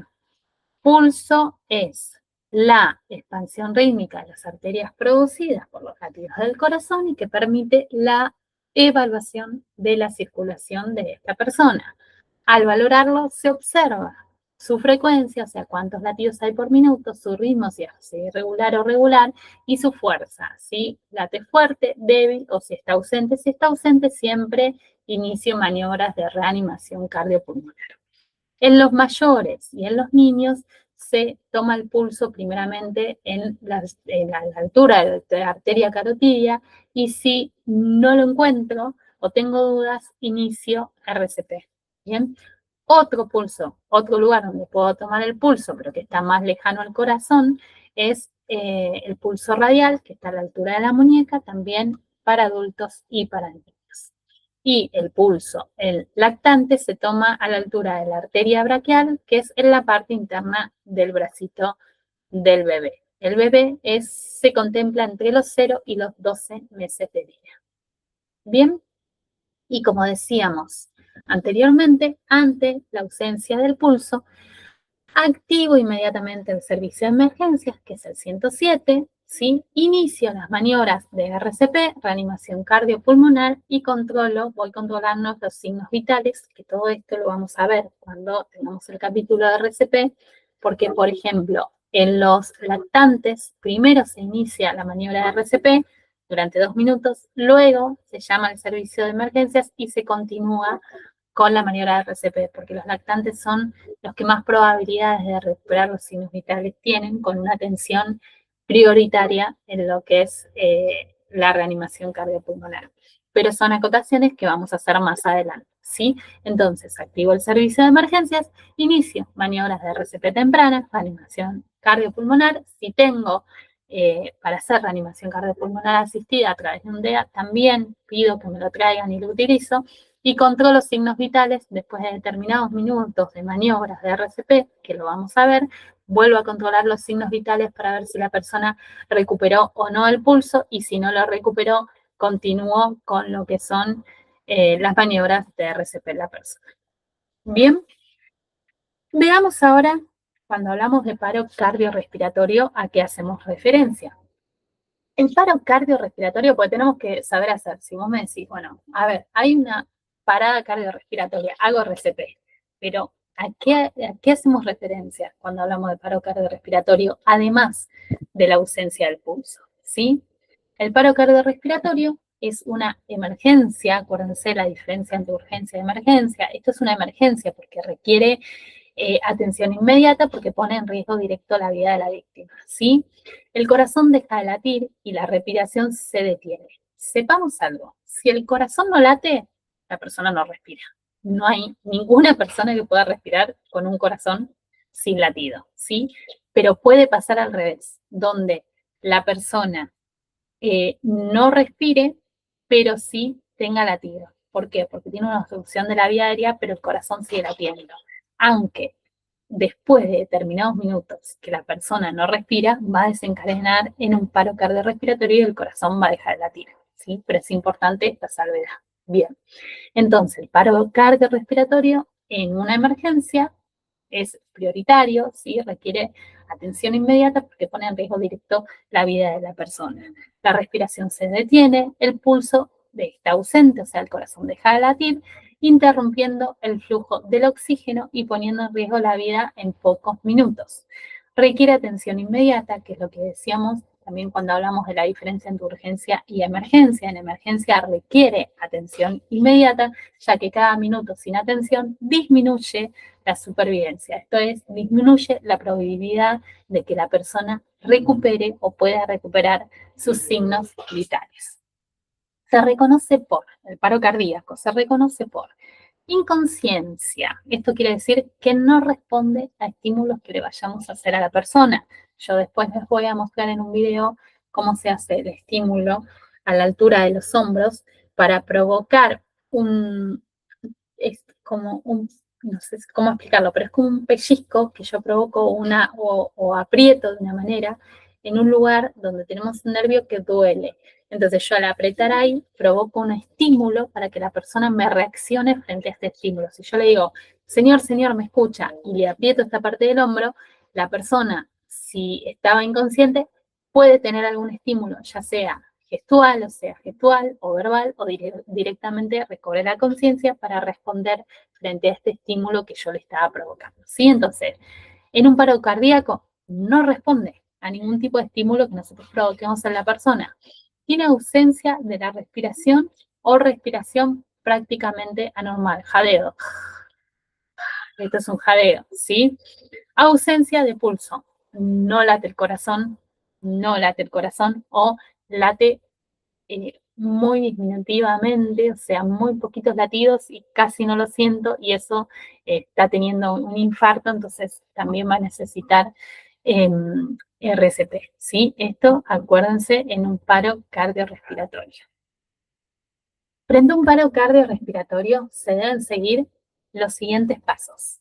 Estos son los pasos adecuados que yo debo hacer frente a una situación en donde me acerque una persona y esté presentando un paro cardiorrespiratorio, o sea, no tenga pulso, ¿sí? Verificar la seguridad de la escena, como decíamos anteriormente, ¿es seguro para que yo me involucre? Bien. Evaluar la conciencia. ¿La persona responde o no responde estímulos? No responde estímulos.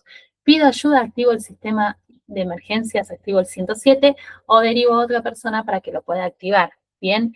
Evalúo respiración y pulso, los signos vitales básicos. ¿Respira? ¿Tiene pulso? ¿No respira? ¿No tiene pulso? Activo el sistema de emergencias e inicio maniobras de RCP. Bien, acuérdense, no evalúo el pulso por más de 5, 10 segundos para no perder tiempo, para hacer la asistencia inmediata.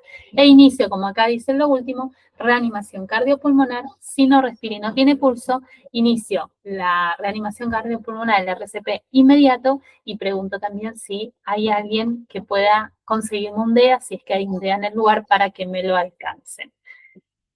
Terminado todo esto de la valoración primaria de la víctima, si yo llego a una persona a la que voy a valorar, evalúo la escena, aplico las medidas de bioseguridad, o sea, las medidas de bioseguridad hacia mi persona. Veo que es seguro entrar, me pongo los guantes, activo el 107, evalúo a la víctima. La víctima estaba en parada cardiorrespiratoria, aplico de RCP, corroboro el pulso y recupera el pulso, la pongo a la persona en posición de lateral de seguridad, PLS, que ahora vamos a ver qué es. Esto en el caso de paro cardiorrespiratorio. Y en posición lateral de seguridad me quedo corroborando el pulso porque la persona puede perder el pulso nuevamente, lo voy a poner boca arriba y voy a iniciar el RCP nuevamente, ¿sí? Veamos otro posible escenario. Llega una situación donde hay víctimas involucradas. Valoro la escena, activo la seguridad necesaria para involucrarme en la escena, activo las medidas de bioseguridad, me pongo guantes y las medidas que yo necesite, activo el 107 o derivo a otra persona para que llame al 107, Evalúo, valoro a la víctima, realizo la valoración primaria de la víctima está consciente, por lo tanto respira, tiene pulso, ¿sí? Y su circulación, no veo hemorragias aparentes, entonces está todo ok, ¿bien? Pero la víctima, mientras está consciente, sufre un desmayo. Sigue teniendo pulso, ¿sí? Sigue respirando, pero está desmayada. ¿Qué hago? La pongo, o sea, valorando la valoración secundaria, que vamos a ver que no tiene fracturas, no tiene ninguna herida que necesite asistencia mía prehospitalaria, simplemente lo pongo en posición lateral de seguridad hasta que llegue el personal médico al lugar a asistir a la víctima. Y en esta posición lateral de seguridad siempre quedo corroborando el pulso. La persona va a estar acostadita al costado, me quedo con los deditos corroborando el pulso por si lo pierde para iniciar RCP inmediato.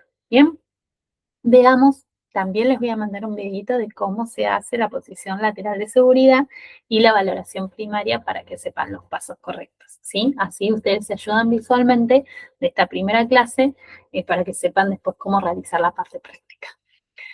Posición lateral de seguridad. La posición lateral de seguridad, PLS según su abreviatura, se utiliza en personas inconscientes, pero que respiran. Por eso hablábamos si es una parada cardiorrespiratoria, luego de recuperar los signos vitales se puede poner a la persona en posición lateral de seguridad. Bien, se utiliza en personas que respiran para mantener la vía aérea abierta, porque va a estar de costado, ¿sí?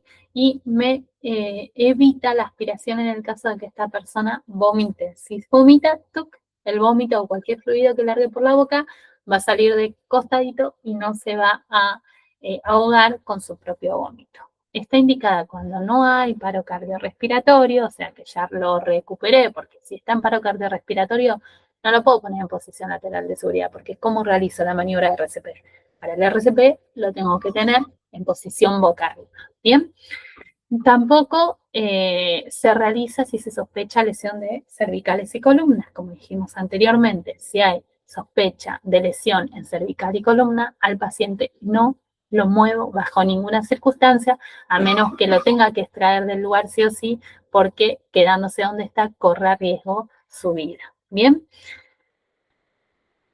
¿cómo se realiza la posición lateral de seguridad? Igual les voy a mandar un video, recuerden. Primero, el brazo que está al lado de la persona que va a girar, o sea, si yo lo voy a girar para mi lado, levanto el brazo por arriba de su cabeza de forma recta para el lado donde yo lo voy a girar. Luego levanto la pierna contraria al brazo que levanté, bien, como está en la figura 2. En la figura 3 lo que hago es acompañar cervical y columnas para realizar un movimiento en bloque para poder girarlo hacia el lado del socorrista o del primer respondiente. Y queda como en la figura 4 de esta manera, apoyadito sobre su brazo y sobre su mano acompañando en la cara para que esta persona pueda quedar sola en posición de costado en caso de que salga algún fluido, no se ahogue, y a la vez porque me queda el cuello despejado para seguir valorando su pulso. Bien, acá están los pasos. Colocar a la persona boca arriba en el caso de que esté boca abajo o de costado. Bien, extender el brazo más cercano al respondiente en ángulo recto con el cuerpo, cruzar el brazo contrario sobre el pecho, colocando el dorso de la mano contra la mejilla más cercana, flexionar la pierna más alejada, decíamos, si levanto el brazo derecho, flexiono la pierna, la rodilla izquierda, ¿sí? Y sujetando la pierna flexionada, yo después les voy a enseñar una maniobra que sería la correcta, que es sujetando en realidad la parte de la cadera, ¿sí?, por la columna y la parte de la cervical, y lo tiro para mi lado y lo puedo hacer en movimiento en bloque, si bien se realiza cuando no se sospecha lesión de columna y cervical, cuando yo hago movimientos igual, cuido que el movimiento sea siempre en bloque para no provocar lesiones en la persona, ¿sí? Ajustar la posición de la cabeza un poquito hacia atrás para que la vía aérea quede totalmente despejada, ¿sí?, aérea, y mantener la boca orientada hacia abajo, o sea, hacia el costado, en el caso, como decíamos, de que expulse alguna salida de líquido, algún fluido. Acá lo van a ver más detallado, que es lo mismo que les mostraba recién. Después les voy a mandar un videito. Y entonces vamos a hacer un repaso de lo que vimos hoy. ¿Qué son los primeros auxilios? ¿Para qué sirven los primeros auxilios? La Ley Nacional de Educación, la 26835, ¿qué es? ¿Cuándo se aplica? ¿Por qué se aplica? ¿Para qué sirve? La valoración primaria de la víctima, o sea, primero valorar la escena, las medidas de bioseguridad que hay hacia mí, hacia la otra persona y hacia los presentes, los sistemas de activación de emergencia, la valoración primaria que consta del nivel de conciencia a través del método SAMPLE, ¿sí? Después tenemos que evaluar, después de la conciencia, la vía aérea para ver que esté despejada, la respiración, el pulso y finalmente la circulación. Luego de la valoración primaria, que es en el caso de que para descartar todo lo que es un riesgo inminente de la vida de la persona, se pone en posición lateral de seguridad si no hay riesgo de la persona. Bien, esta posición lateral de seguridad en el caso de que yo no sospeche de que haya ninguna lesión más. Si no, voy a tener que pasar a hacer, luego de la valoración primaria, realizo la valoración secundaria, que lo vamos a ver la clase que viene, para finalmente poner en posición lateral de seguridad a la persona. O sea, la posición lateral de seguridad se realiza una vez que yo valoré toda la vida de la persona, ya sea valoración primaria y secundaria, y descarté todos los riesgos inminentes que tenía esta persona y asistí las heridas visibles o lo que yo podía asistir en el lugar hasta que llegara la persona, el personal médico al lugar a asistir a la persona. ¿Sí? Recién ahí se pone en posición lateral de seguridad. O, por ejemplo, si es un simple desmayo. No sé, yo estaba acompañada de mi amiga se desvaneció, entonces yo constato al momento, porque presencio su desvanecimiento, que ella no sufrió ninguna herida, solamente se desmayó, que puede ser porque le bajó la presión. Entonces la voy a poner en posición lateral de seguridad luego de evaluar si tiene signos vitales. O sea, si tiene pulso y respira, posición lateral de seguridad y llamo al 107 para que la hagan asistir.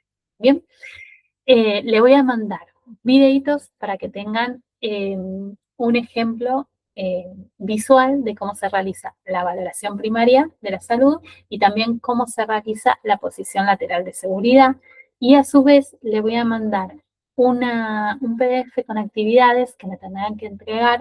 Después les voy a decir la fecha, pero va a ser una semana antes de la próxima clase, sobre actividades, como acá les pongo, realizar las actividades correspondientes a la unidad número 1 y número 2 del manual, que es lo que estuvimos viendo en la clase de hoy. Y bueno, les agradezco mucho por este tiempo. Ya saben que tienen mi teléfono particular. Cualquier duda, cualquier consulta que surja de todo el video que vieron, me lo pueden escribir por privado. No se angustien si hay temas que no entienden, si lo sintieron muy pesado, hoy era bastante práctica, bastante teórica la clase, pero van a ver que con los videitos de la práctica que yo les voy a mandar es algo sencillo poder realizar la valoración de la escena y la valoración primaria de la víctima con los pasos obviamente correspondientes que implica cada cosa, pero que a medida que nos vayamos conectando y viendo, interactuando, van a ver que con la práctica todo va a ir resultando más fácil y los conceptos van a ir quedando prácticamente de forma automática. Además, para eso son las grillas de actividades que yo les voy a ir mandando para que también sea más fácil ir incorporando los conocimientos. La idea no es que se copien en ningún momento, que aprendan absolutamente nada de memoria, sino que a través de la práctica y de las clases estas que van a ir teniendo, puedan ir incorporando más fácil y llevándose los conocimientos necesarios. Además, quedo a disposición y bueno, nos vamos a encontrar en la próxima clase de mayo. ¿Sí? Muchísimas, muchísimas gracias a todos.